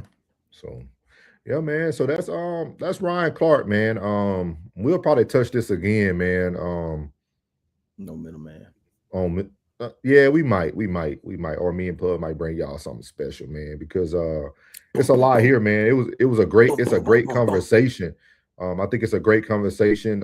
We were able to see a lot of what's not just going on in the networks, but what's going on in people's like personal thought process, how they think through things. We did talk about a couple more people who actually were let go. And one of the people who were let go and had a totally different outlook on this was the one and only Cam Newton. So we're going to slide over to Cam Newton to see what he had to say about being let go. And you could see that the thought process and the feelings are a little different. So here we go with Cam Newton.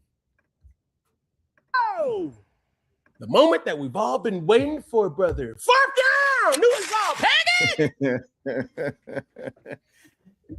Well, Cam, what do we have here, man? We heard the news, brother, and later heard the news about yourself in regards to ESPN. So, we all want to know, man. What's your thoughts? I'll say it this way, man. First off, appreciate all the support. Okay, and I'll take this time to say, my experience at ESPN was nothing less than pristine. Yeah. What I went into this situation expecting is something that I did not expect I would enjoy as much as I did. Working alongside with some of the most talented journalists and, sports individuals that cover sports was something that it got me to realize have a newfound respect for the skill. Molly Carroll, Shea Cornett, obviously Stephen A. Smith, Ryan Clark, when you had Dan Orlovsky, Peter Schrager, the list goes on, and all the countless producers and support team that went into making sure that I was equipped with all the information each and every episode. It was second to none. So when you hear certain things, it was like, dang, it's messed up how they did Ryan. Hold on real quick. Hold on. Hey, you could go with it too. They're like, dang! You have to make light of something, because for me, if this isn't a way for all athletes and even content creators to learn one important rule of the times that we live in right now. If you don't own your own platform, you're going to get overlooked, bypassed, and be extinct. Did y'all just hear what Cam said? Cam is saying what Mike just put into the chat. So we're going to play that back real quick. A way for all athletes and even content creators to learn one important rule of the times that we live in right now. If you don't own your own platform, you're going to get overlooked, bypassed, and be extinct just like dinosaurs. Look at what's happening here. Okay. It's unfortunate what happened to Ryan Clark, but what I will tell you is this: Ryan Clark gonna be okay. The pivot ain't going nowhere. Yeah. It's unfortunate what happened to me. Some would think, but I'm good. 4th and 1 ain't going nowhere. Funky Friday ain't going nowhere. Not at all. When you think about what happened to Emmanuel Acha, Joy Taylor, different circumstances, different networks, different situations, but this is what you have to understand. When you look at the speakeasy, all right, and when you look at other sports personalities having and taking control of their own narrative, it's imperative that walking into this industry, you would be a fool, asinine behavior if you don't take that opportunity to say, number one, I need to learn as much as I possibly can because I do not know when that time is going to call when I get tapped on my shoulder. Number two, also take this as a way to bring more attention, more eyeballs, and to also magnify your personal IP. And I knew that that's what my intentions were. Yeah. They knew that that was what my intentions were. I was counseled to say, Cam, there's not another platform on linear television in your field like ESPN. And that was truer words that could not be spoken any clearer. You can't make me hate ESPN. Yeah. What I've learned, it was an internship almost. The production value, they're the leading sports source for a reason. So, Cam Newton, I know you guys want to hear it the way you want to hear it, but Cam Newton accepted the system, chose to be a part of the system, to learn from the system. Let me say that one more time. Cam Newton accepted the system, took part in the system, to ultimately learn from the system. Tabernacle. That's all that soul says over and over again every day. Church. You just because you're into something doesn't mean that's who you are. Wow. See, a lot of people think because you don't identify or speak something the way they want you to articulate it that you don't identify. No. Cam remained true to Cam. Wow. But he also knew that if I pass up this opportunity, because Cam 4th and 1 show is different from everything. Yeah. Like Cam got like a little mini ESPN set up, right? He can have a panel of people sitting up there with him right now. And his money long now. Yeah, he has the ticker going across the back with all the updates. He had like he has everything that ESPN had. Like, look at it. Like when you can really see who takes away from the game and the system and who chooses to push back against the system. Mm-hmm. But the system is undefeated. So the one thing you can do is soak up the game within the system and bring it back. Mm-hmm. Like Cam said, he walked into it knowing that, hey, I'm not gonna change ESPN. ESPN is not gonna change for Cam. But I am gonna soak up and build up my Rolodex. Mm-hmm. And then push it back out to those. Church. That's what people don't. I say it all the time. There's no one that's above the system that think they're not going to take something from the system to be able to move the system. It just doesn't work that way. It just doesn't work that way. No, sir. Plug couldn't been a barber without going to barber school. He could have cut hair in his house for the rest of his life. He probably could have made a decent amount of money without being part of it. But doing things the correct way, being able to put that piece of paper up on his wall so that if he ever gets somebody busting his house because he got a hater next door to him that say, hey, every day this black man got 15 cars in our neighborhood parked on the side. What are you doing in there? Getting money. So he getting money, he cutting hair, he fading. But then the day they kick his door down, he ain't got no license. Now he's shut down for good. Yep, handcuffed. So all that wealth and all that money he made for all those years went out the window because he didn't want to take one step that he needed to go do. You can't skip. Who is this Souls person? He should have a channel. No, they don't want to hear that. They don't want to hear that. Nobody wants to hear it because it doesn't sound good in the moment. Yeah. But we'll take it from Cam Newton though. Like it just doesn't sound good. But when I heard his take, I was like pleasantly pleased. I was like, how Cam gonna take this? And when I heard his take, I was like, that's my boy. Cam don't let me down.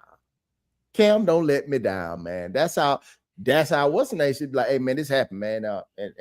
And I did it. I compromised myself. You know what I'm saying? Yeah, I went to the executives and I said this and that and the third, but it's on me. I shouldn't have did that. I should have went ahead, and when I found out that Buddy didn't rock with me like that, I should have went ahead and chucked my deuces then. But in hindsight, damn, I effed up. Y'all, please forgive me, man, for me compromising my beliefs and what I believe in, man. We're going to get back to the normal over here at the Pivot. You know what I mean? And we're going to get back to what y'all like to see. And I'm going to stand on what I stand on. Yeah. Thank you, ESPN. Yeah. Big checks. Thank you. Yeah. Big checks. like I mean, sometimes it is what it is. Like it is what it is. That's why I always tell people my motto is facts over feelings, dog. I don't care how you feel about what I'm saying. I'm telling you, dog. I'm telling you, dog. I did it for 20 years, dog, and I live a lavish, great, comfortable life. And I'll be lying to anybody out there if I don't tell you how there's possible steps that you can take to be just like me when I was 38 and I have an option to pick what I want to do. I have options of what I want to do. I have 3 college degrees. It doesn't matter. It's just paper, bro. Mm-hmm. But I got a system that pays me for the next 200 years that I'm on this earth. My children would never have to worry about medical care in their life. Mm-hmm. I can sit down today and go to school and get paid for it for the rest of my life. 198. It might not sound popular to some, but I learned that system. Mm-hmm. You got to work it. And I had to learn from it. Every day I turned around, I had 2 young ones that I seen benefiting and flourishing from dad's sacrifice, not compromise, sacrifice. Sacrifice. Not selling out, his sacrifice. Wow. I don't bleed blue, nigga. I wasn't trying to go to Iraq and get shot at. I went to that wasn't what I signed up for. No. I came in as a broke kid out of Shreveport, Louisiana. My daddy told me, you got a young lady pregnant and you better go take care of your child. I don't know how you're going to do it, but you need to do it. And I remember this little lame white dude standing in my 11th grade English class and Miss Eli class. His name was Technical Sergeant Knockin. Will never forget his name. He stood there in front of the class and told all of us, hey, if you want to travel the world, if you want free education, come see me. We all laughed at him. Some of us went back to sleep once he left. Because at that time, I was an athlete. I didn't even have a reason to be sitting in classes. But that following year, less than 365 days later, life changed. And he said, boy, you got a baby on the way. I'm 17 years old.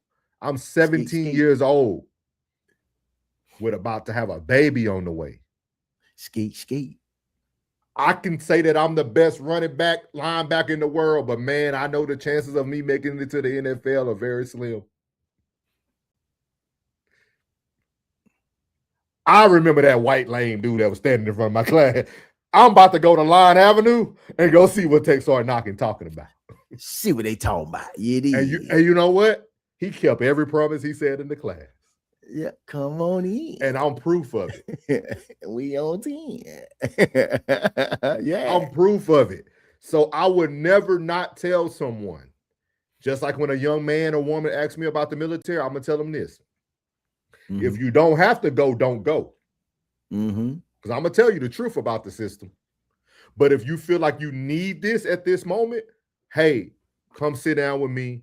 Let's write out a timeline, and you need to achieve these things in this timeline. Mm-hmm. You can't get off of this timeline though. If you don't achieve these things at this timeline, you will fail. I'm telling you. I'm telling y'all. So that's how I look at things, and I appreciate Cam Newton being able to. You was hell as a recruiter too, bro. I know you were hell as a recruiter. I know you were. Hold on. They were lining up. Hold on. Hey. See, you know, sometimes you gotta show people. You gotta show them. Sometimes you gotta show them. When they take you to the see, early in my career, they took me to the Louisville Slugger factory to get a personalized bat made for putting the most recruits in 1 month. Ooh. This is a Coopersville bat with my name carved in it. I got to watch them put it on the print and everything. Wow. I don't have to sit here and gloat about everything I know, but I will tell you. You should sometimes. Nah, there's no reason to blow the whistle. Because those who want to those who truly want to follow will follow. Ooh, yeah. Those who truly want to follow will follow. Hey, yo. So while you fumbling, trying to figure out how you gonna eat your next meal, I can tell you a way out. I can show you a way out. It might not be how you want it, but it'll be right on time. I guarantee it won't fail you. I guarantee you. I walk into Plug Mansion, I get lost. Hey. Anyway, I'm off my soapbox. I'm off my soapbox. Boy, it got a little sudsy up there, boy. It got a little hustle. Hey, Mike say, I respect the hustle. You did. Respect the hustle. Now, I just told my son this the other day. He was like, I can go to the army. I'm like, nah, you can just be a police officer. Hey, you just be a police officer, but you ain't gotta do all that. Hey, Skull. If that's what Skull, I'm telling you right now, if he want to be a police officer, let me know, man. My brother done it for 17 years. I can tell you can put him on the phone with another black man that serves one of the most dangerous communities in the world called Shreveport, Louisiana. Whatever you need, bro. My brother will give him the realities and how to make it home safely every day and make them chochos, as my brother. Business owners, handymans, anything, any jack of all trades. We know them all. And wait till next year. Wait till next year, because Plug know what's going on. Wait till next year. Wait till I make the biggest announcement ever. I'm gonna act a fool then. I'm gonna be over there. I'm gonna be in the back.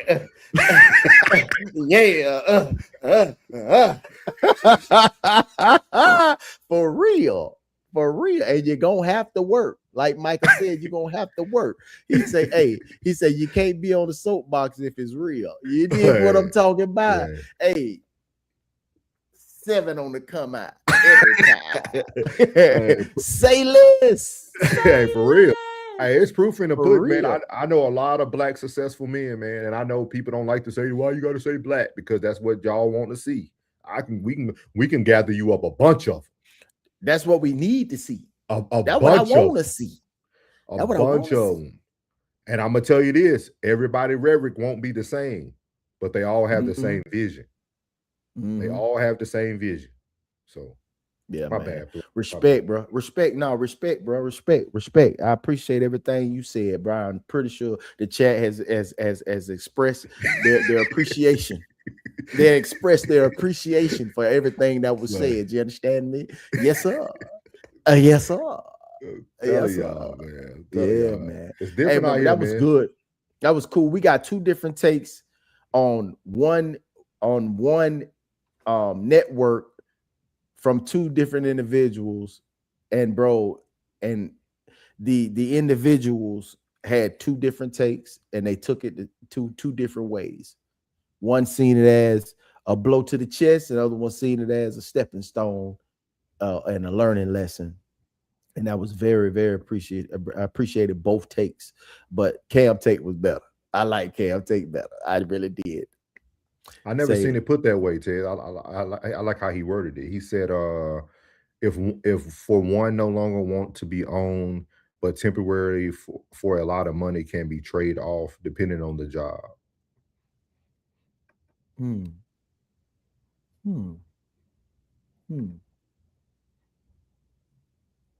I think that's the problem we have today. A lot of young men aren't around a lot of good, solid men. But of course, I do appreciate the young men that I do run into or happen to cut that do have solid pops at the house. I love that. And a solid stepdad too. I love that. And you can tell when I hear that, yes, sir. Oh man, that just warmed my heart, man. Like, hey, that just warmed my heart. When I hear that, when I hear yes, sir, no, sir, dog, that warms my heart, because not only are you listening to the information that is being given to you at home, you're displaying that outside, and you're making your house look like what you do. When you do that is make your parents look good. You make them look good, and you look good while you're making them look good. They taught you, and you are applying it. And I'm gonna tell you something. What Plug just said is important. I want to give all people this advice. you won't have the thoughts Ryan Clark had once you're moving in that direction. Because every day I can wake up and my father is proud of me.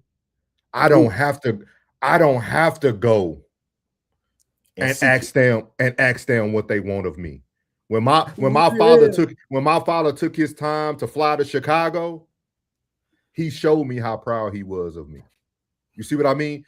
It's a difference, right? And I think sometimes that's the root of most of the problem. What's up, B? Cast out cares. What's up? I think that's the root of a lot of problems. And we talk about this a lot on No Middleman, that absence of a true man in people's lives.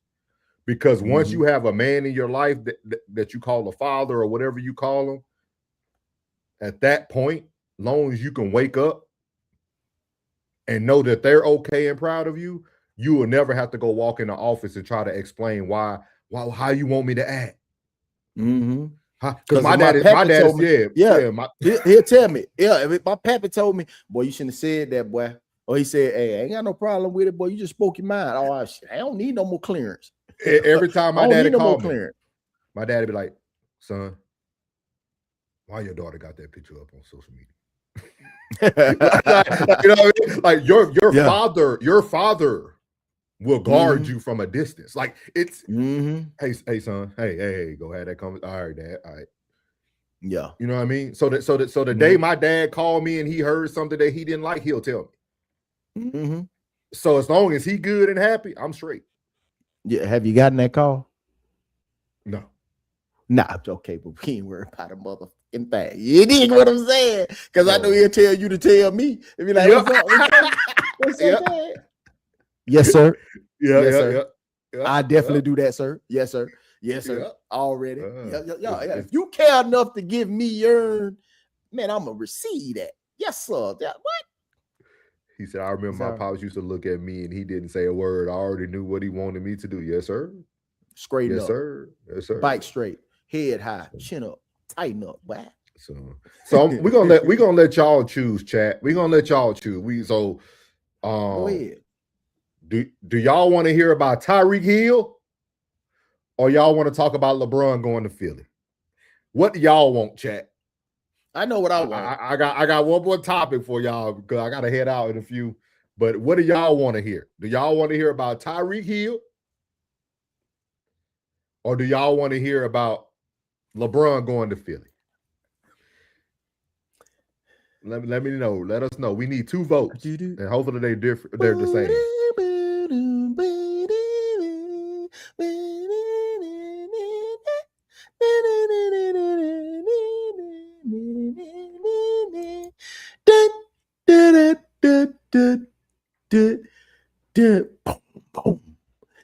Tyreek Hill. We got 1 for Tyreek Hill. We got V for Tyreek Hill. We got 2 for Tyreek Hill. All right. The chat has Let's go. Hey, but before we get to the last segment, you know what I'm saying? If y'all need to go pee, or y'all need to go get you something to drink real quick, we're gonna take a little pause for the calls. and what you gotta do. Yeah, we're gonna take a little pause for the calls, and we're gonna be right back and say, because when you gotta get out of here, bro? In a few. I got about 15 minutes. 15, 20 minutes. Go ahead and do your thing. Yeah, let me check though. Go ahead. We'll put a pause for the call. We'll play some music. Okay. Welcome to 1181 Pressure Plays. From the bayou to the turf, where pressure creates legends.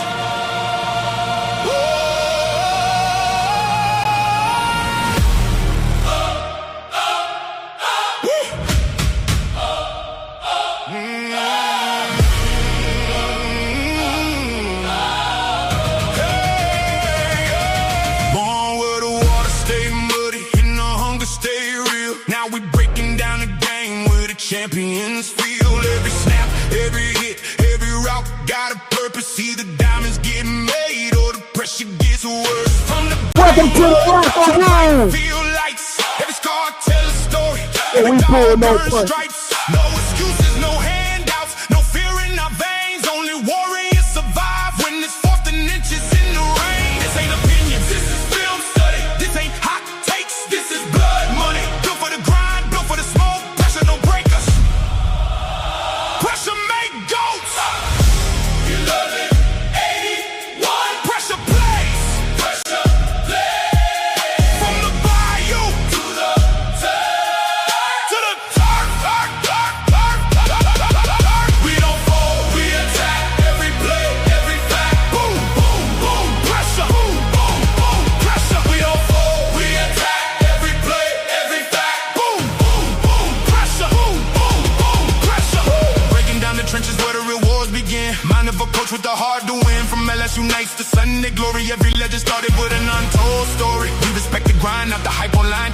foundations built one rep at a time. Hey, everybody talking.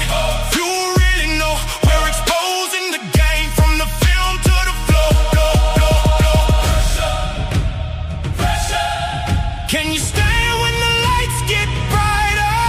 Can you breathe when the ball gets tired? Pressure. Legends don't run, they ride. 81. Pressure plays. From the bayou to the turf. Where preparation meets domination. No fear, no quit, no mercy, no miss. Pressure isn't the problem. Pressure is the standard.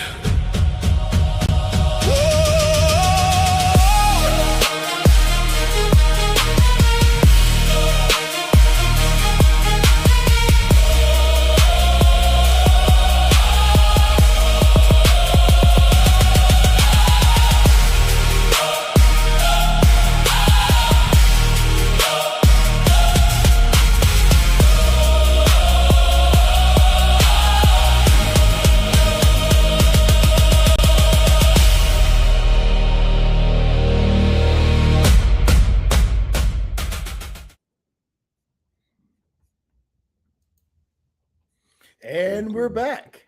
Welcome back, y'all. Welcome back. So we have it here, man. We have Tyreek Evans, man. I said Evans, Tyreek Hill. I'm thinking basketball and football at the same time. We have Tyreek Hill, man. For those who don't know, we're talking about power today. We spoke about Ryan Clark, we spoke about Cam Newton, and then we're talking about Tyreek Hill, who said he has no power in his left leg, and this could be nervous for a lot of sports fans out there, depending if you're a bettor. I know sports betting has gone crazy lately, so this could be a big one for those who support that world. So we're gonna play 2 videos from him on TikTok from Bleacher Report, and then we're gonna have a discussion about it, and then we should be able to speak on about to 4:30, so we should be good. So here we go. Oh yeah. Anyways, I'm doing some push-ups with my left leg.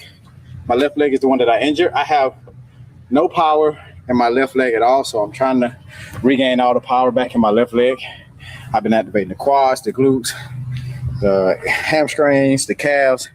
I've been doing all the stability work, all the mobility work I need to, get my knee back right. But it's one day at a time. Oh yeah. Anyways, I'm doing some push-ups with my left leg. My left leg is the one that I injured. I have no power in my left leg at all, so I'm trying to regain all the power back in my left leg. So that's that one, and here's the next one. Right now, man. Oh my God. I'm feeling different, dog. It's another beautiful day in Miami, huh? Where it's raining with no clouds.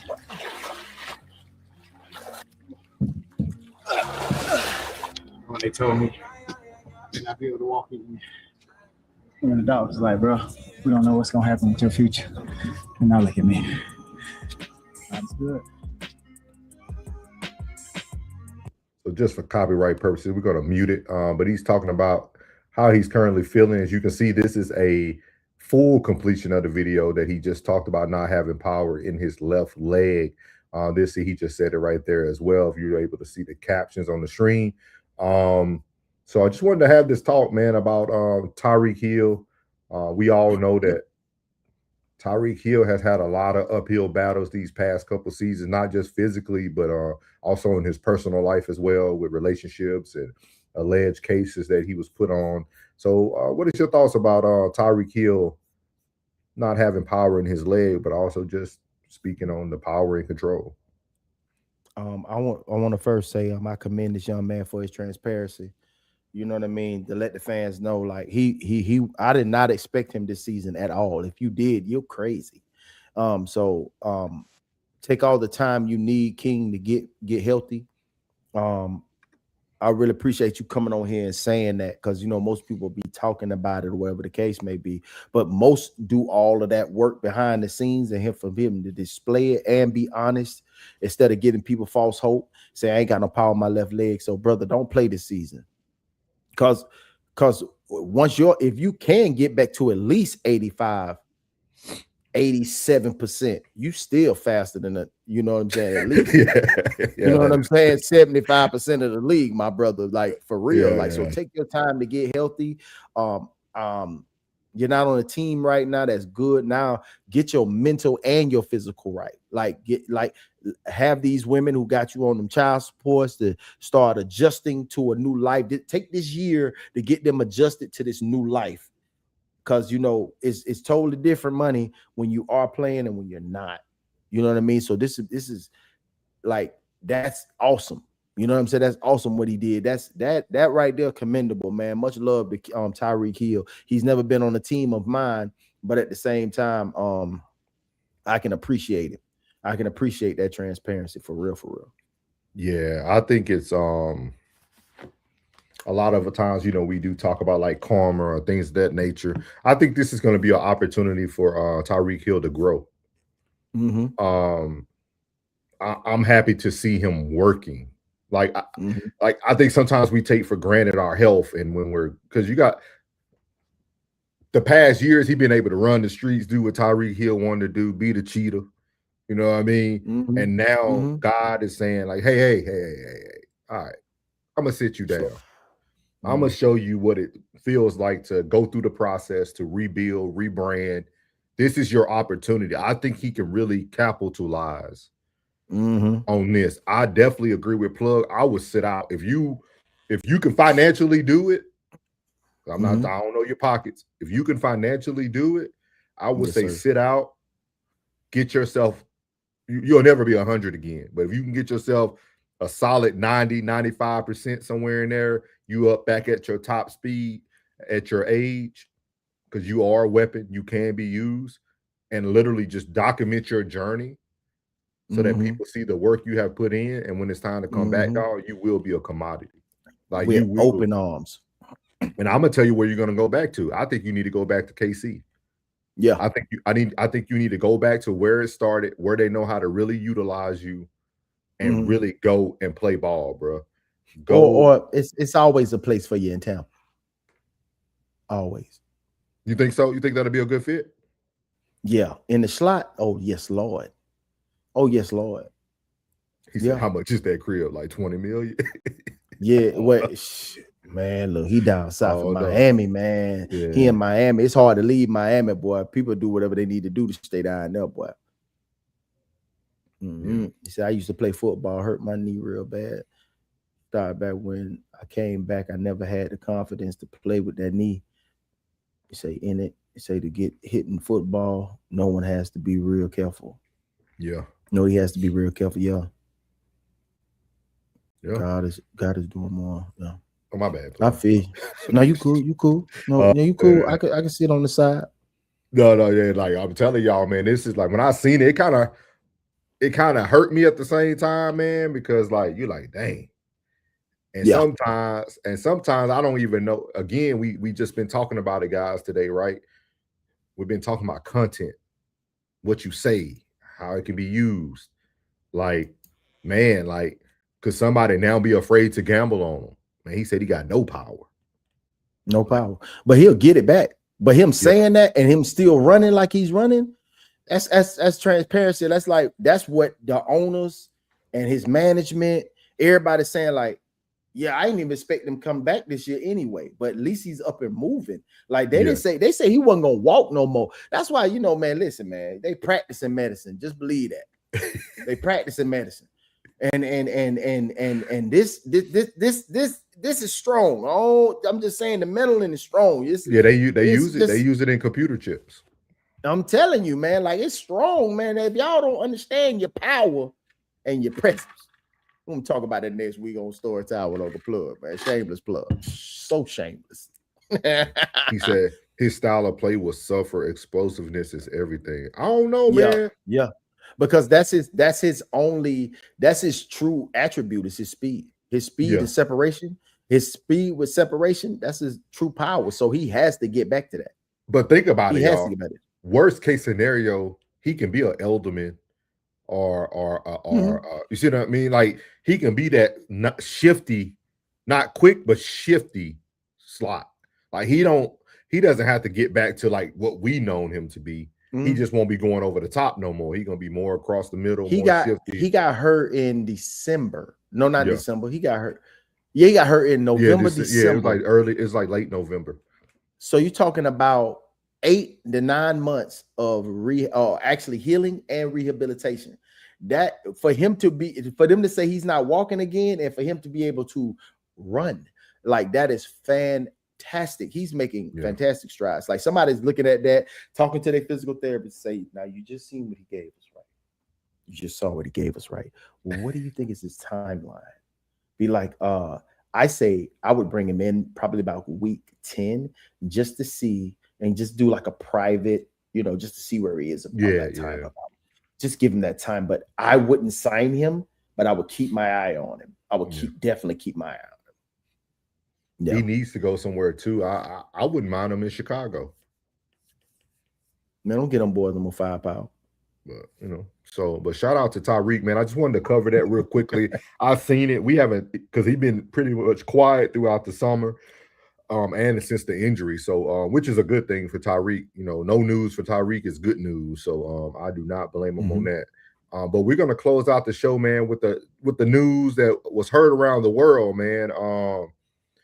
LeBron James chose Philadelphia. I know me and Plug talked about like Minnesota or Spurs or the Heat. We did say Philly too. I know Plug said Philly as well. I think Plug said he felt that he was going to end up in Philly as well, if I'm not mistaken. I'll have to go back and rewatch, but I want to say Plug said Philly, what it looked like. And I felt that Philly would be the choice if he wanted more rings. What I'm trying to do again on 1181, and I know Plug tries to do it as well, we're going to be showing you guys different content creators each week when we're trying to find stories to talk about, so that we can show that we can push these algorithms ourselves. We can get everybody to that level that they want to be at. But LeBron has gone to Philly, man. She said, Philly. I ain't gonna lie, the favorite video I seen was Don Staley video. When she was talking about, hey, I can get Zuri here, whatever you need. Yeah. And I'm going to tell y'all the biggest win out of this whole thing, Bryce is going to Villanova. He's transferring? He transferred out of Arizona. He's going to Villanova this year. Get the frick out of here. Hey, man. Hey, listen. Hey, man. Biggest move of his career for Bryce, dog. That boy finna go learn some good basketball. Let me go tell you this. I'm going to say this right here. I'm going to be completely honest with y'all. I am not a LeBron fan. I am going to say this. The power and the presence that this man has, 20 some odd years in the league, you got to give him his respect. I ain't giving you no GOAT status. I got my GOAT, but I got to respect your power and your presence, brother. The strings that you can pull as a puppet master you are is commendable, sir. I told you it's the LeBron effect. It's the LeBron effect, dog. I've been saying it. I tell people, you can say what you want about him, but the boy gonna move things. And I'm gonna tell you this now: if there's any Philly fans watching, you will lose a star this year. Let me say that again. You will lose a star this year. Everywhere he goes, he creates the roster he wants. Jalen will be there. Maxey will be there. And LeBron and Etchingham and LeBron will be there. Those four right there will be there. Don't be shocked to see an AD for Embiid. Don't. Rich Paul talked about it on his podcast. They were going to actually go to Cleveland, but Cleveland wouldn't give rid of Harden for Kyrie Irving. Go watch Rich Paul. Rich Paul said it. They were going to go to Cleveland, but they couldn't get Kyrie. He wanted to run it back with Kyrie in Cleveland, but they weren't doing the trade for Harden. I don't think nobody want to touch Harden. Nobody want Harden. He said Joel Embiid. Yeah, but I said too. Yeah. I think so too. He should have been gone. Because you can pick who you want, right? Because they both injury prone, AD and Embiid. Yeah. You only gonna get them for 50 games anyway. But I think Embiid AD are always dressed. Yeah. Always dressed. That's what AD stand for. Always dressed. She said, "I'm a Lakers fan." I think Lakers are gonna surprise some people, though. I think the Lakers are gonna. I don't think they're gonna be where everybody wants them this year, but they are building. So just be on the lookout. But just let y'all know next year, Bryce will be a Philadelphia 76er. Do not get mad. Bryce James will be in Philly. Lil Bron is in Lakers. So now you're gonna have Philly. You're gonna just prepare yourselves. This, and I think you're right, Jen. He set up a collaboration so that he now can play with both of them. He got both of them. I got a couple years with Bronny. I'm gonna get a year with Bryce, and I might get a ring with Bryce now. I might get a ring with Bryce, which will be even more legendary. I'll go 8 with that, right? Oh, that's crazy. He said, "I'd much rather have an AD over Embiid any day." I think most people would. I think most people would, for real. So we're gonna hear what this gentleman has to say. He actually pulled up. Again, we like to talk about facts over here. So he actually goes and pulls up what LeBron had to say, which is the most important thing. So let's see here. Let me make this small so we can shout out the channel. Shout out Easy Buckets, man. Easy Buckets. Shout out to Easy Buckets for the content. Go ahead and hit that like button. And what's so here up, we go. brother? What my guy LeBron James said, man. Hey, I got to get my Philly jersey too, man. Shit, I'm about to run it back too. What are you talking about? Hey, I thought that I was done when the season ended. I wasn't ready to announce it, and I knew that I needed some time to really decide. But I was pretty sure that I played my last game. I was honest at the last press conference when I said that I needed time to look at myself and decide if I still love this game. I still truly love this game, and I have more to give. The last few weeks have been very special. I've never been able to have no clue what to do and to take real time just to think. I've had an incredible few months, and with all the people that I love, trying to figure it all out. This is my last decision. This is the last decision. I'm not going for the money. I'm not going for family. What am I really playing for at this point? I still want to sacrifice. I still want to work. I still want to grind. I still want to compete, to win, and to have a chance at feeling the feeling of winning another championship. That's what it is, man. You want to win the title, man. I believe that I can help. I believe that I can help make the Philadelphia 76ers a championship team, and I am so excited to energize a new fan base and to start this incredible journey one more time. Thank you, LA. Miami, I will forever love you, and Northeast Ohio will always be home. Signed, LeBron, Ramon, James, the King. I know. So if you heard that last line, lets you know that Rich Paul wasn't lying about Ohio. He even repped them out. He wanted to go home. They couldn't make it happen. See, and that's one thing about LeBron. And like Jen said as well, shout out to Jen in the chat. She said, he did say this decision was about family. He did say this decision was about family. So he did stick to his word this time. I appreciate that he didn't do the antics of the whole, let's go to the Boys and Girls Club. Let's sit down. Let's make the announcement. I like that he really took the time out to do this and strategize. But we still have to have the conversation now, y'all. We got to have the conversation. What's up, man? Does this decision to collect another super team hinder his legacy? That question was asked several times this week. And I said, nope. I mean, whatever's tainted, been tainted. You know what I mean? Like everybody who's old school say you need to stay with the same organization.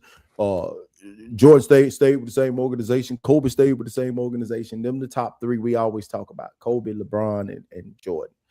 And right now, I would honestly say, no, it does not taint his legacy. What it does is, if it built a little more respect for him, because it's like, dang, man, this man still getting this attention. This man still can move the needle at 40 plus years old. He's still moving the needle. Like, dope, bro. It's actually dope. You know, like I really don't have any negativity to spew at this man right now because it's actually phenomenal. This is power and presence at its finest that we talked about at the beginning of the show. Power and presence, and he's showing it. So you don't think it taints it at all? Nah, it's already whatever tainting it could be. It's already done. It's already done. He said his legacy is cemented. So I do want to play this. This was Charles Barkley with Stephen A.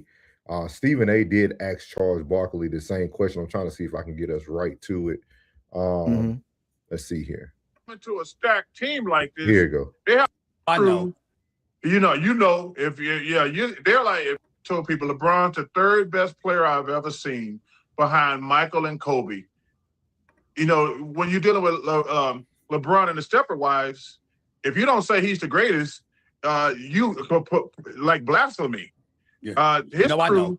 you know, if they're like Stepford wives. You have to say he's the greatest. He can't be the second. He can't be the third. That's why I call him Stepford wives. Even the men are Stepford wives. So, listen, LeBron's great, but like I say, my criticism, like, yo, man, he always makes sure he has the best players. And one of the reasons I always give Michael the advantage is Michael got his head beat in by the Pistons and the Celtics before he finally like, no, I'm gonna get bigger, stronger, faster. But it'll be a great accomplishment. But I will tell you this: he did put a bullseye on his back coming to the Sixers because now the Sixers have to win the championship. You can't give me, yes. Do they? I mean, yes, a healthy yes. OKC. I don't think they'd be favorites against a healthy OKC. I think they got to come out of the East, but I don't think they'd be a favorite against a healthy OKC. Or Spurs. I didn't. Okay. I'm just saying, him coming to a stacked team like this, they have to at least get to the finals. Right. But they won't be favored against OKC or the Spurs. But they are definitely going to be favored to come out of the East. Charles Barkley, in fairness, when people hear you say going to a team of stacked debt, I've never asked you this question, but I've heard other people. So so Charles Barkley ends up talking about how he was washed up when he started to transfer to different teams like the Rockets, but then he also talked about how he never wanted to leave Phoenix. They forced him out, so he was kind of giving his breakdown. But so you say you don't think it affects his leg. So do you feel like LeBron was just moving with the times when it comes to like, hey, let me go get Wade, let me go get Bosh. Okay, now I'm gonna go to Cleveland. I'm gonna go get Kyrie. I'm gonna go get K Love. I'm gonna go like now I'm with Philly. He didn't go get Brown, but like I told you guys on our last episode 2 weeks ago, I think all these moves were made for LeBron. I think every trade that y'all seen happen was the next team trying to get in line to get LeBron. Like I don't think nobody made a trade to like, oh, this is gonna make our team better this year. No, they was like, okay, if we get this piece, we probably can get Braun. Yeah, I think it was more about the money. Don't do him like that, Scope. Don't do him like that, Scope. It was more about the money all day. You know, they thinking about that bag at the end of the day because that LeBron effect is just like the Tom Brady effect. It happens. All the ticket sales goes up. More people are coming out. You know what I'm saying? But it will not affect his legacy because at the end of the day, the conversation will still be had with this generation and the older generation, the generation before, about those two gentlemen, LeBron and Jordan. So regardless of how many teams he goes to, how long he plays, how many records he breaks, you know what I mean? Everybody gonna have Jordan over him, and the young guys are gonna have LeBron over Jordan. But that target is on the back. But for me, for what was done to Jaylen Brown, I want to say Boston, suck it. Yeah. like real talk. Like I really want to see, you know, Jaylen Brown succeed more than I do LeBron James. I really want to see them but now it's like kind of tainted a little bit because now you got LeBron over there. So it's like the original roster, I was like, dang, I want to see what he do with this roster right now. You know what I mean? But now LeBron's over there, so it kind of taints what happened with, you know, Jaylen Brown, that whole situation. Because if we seen, you know, Jaylen do it without Tatum, but not Tatum without Jaylen. So, you know, but I don't think it taints it though. I think it improves Brown, right? If Brown can have 2 successful seasons with LeBron, it kills all the theory that he wasn't a good teammate. Right. Because if you That's what they were saying. Yeah, everybody was saying it was a lot of division. Yeah, I don't know if y'all seen. I ain't want to bring a lot of gossip here to the show, but Jason Tatum almost kind of called out Jaylen Brown at a basketball camp the other day, and that somebody actually reposted it about he's talking about him. He was talking about players and how teammates should act and how people shouldn't try to be the star, and we should like yeah. So like, I knew I ain't like Buddy. Yeah, it's a lot. You it's a or lot your there. Mountain Dew. That it's a lot there, but I really think this is going to help Brown. I think Brown and LeBron will grow the league very expeditiously, as T.I. would say, because you got two gentlemen who are financial literate. They both understand how to build brands, how to create wealth. I think y'all will see a transformation in the Philadelphia city. Like, y'all are about to see what it looks like when two powerhouses that want to make change comes into one city. I think Philly for the next 2 years will have some of the greatest experiences as a city that any team has ever witnessed. I'm telling you. Let's move, dog. Let's move. So let's move. So you said that's smooth? I say let's move. Oh, yeah. He said the man carried the Celtics on his back. That's nasty work, saying that about him. For real, bro. That's nasty work for real, bro. Like, the whole team was cohesed without Tatum. He felt some way about it. I told you, I knew it was deep down in his spirit. It was in his spirit. No, man. So we appreciate y'all, man. Gave y'all a good solid almost 2.5 hours a day on this 1181. Probably one of our longest episodes, man. We appreciate everybody who has tuned in, man. Me and Plug will be bringing you guys some updates very soon. Y'all will be seeing a lot of new shifts for 1181, man. So we'll let you guys know how that's going to look in probably a few weeks. But y'all are going to see a lot of live commentary as well in the next few weeks once football starts. He said he from St. Louis, so you kind of have to expect him to be grimy. So yeah, man. But we appreciate y'all, man. Great show. That conversation with Ryan Clark, man, I think it's timeless. I think it was one of the probably the best breakdowns I've seen so far. Not saying it because we're biased, but just being able to break down the tape and hear what the conversation is.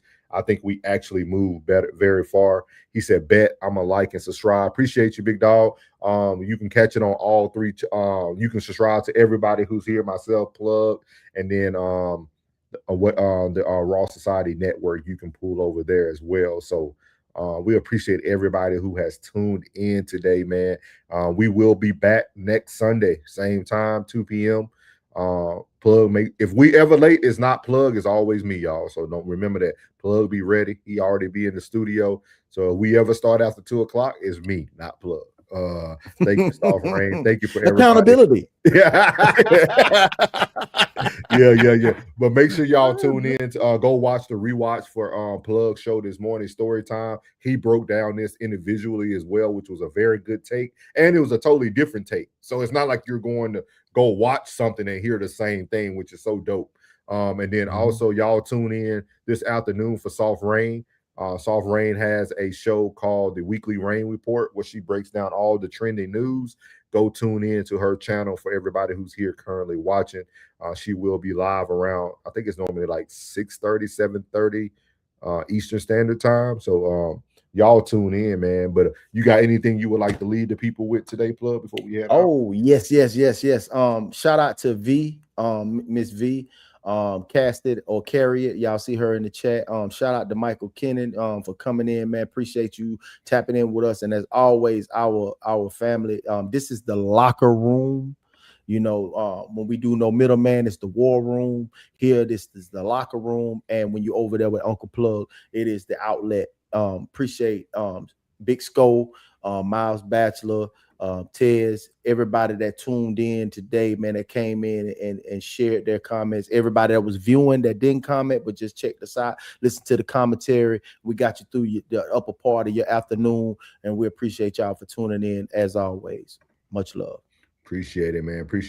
We appreciate y'all, man, and we will catch y'all on the next one, man. That has been 1181 Pressure Plays from the Bayou to the Turf, best sports show on earth. We will catch y'all on the next one. We out. Love. Hey. Hey. What he want? Hey.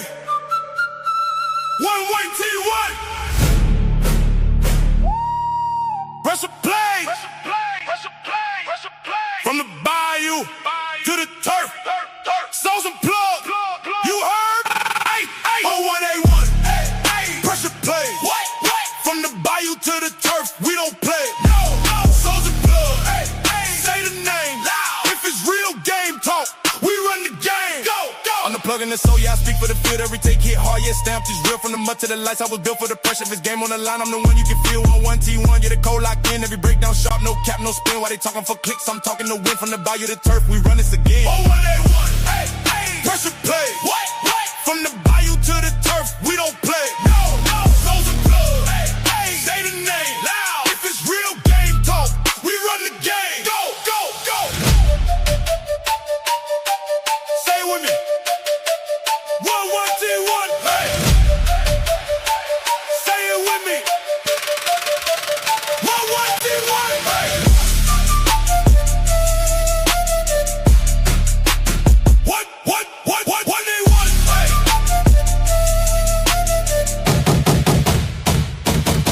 11A1, hey. Pressure play.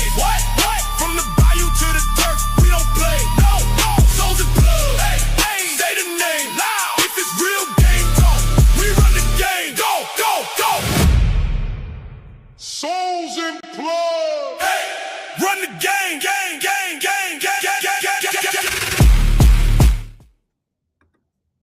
It's bigger than talk. It's legacy. Pressure play. Yeah.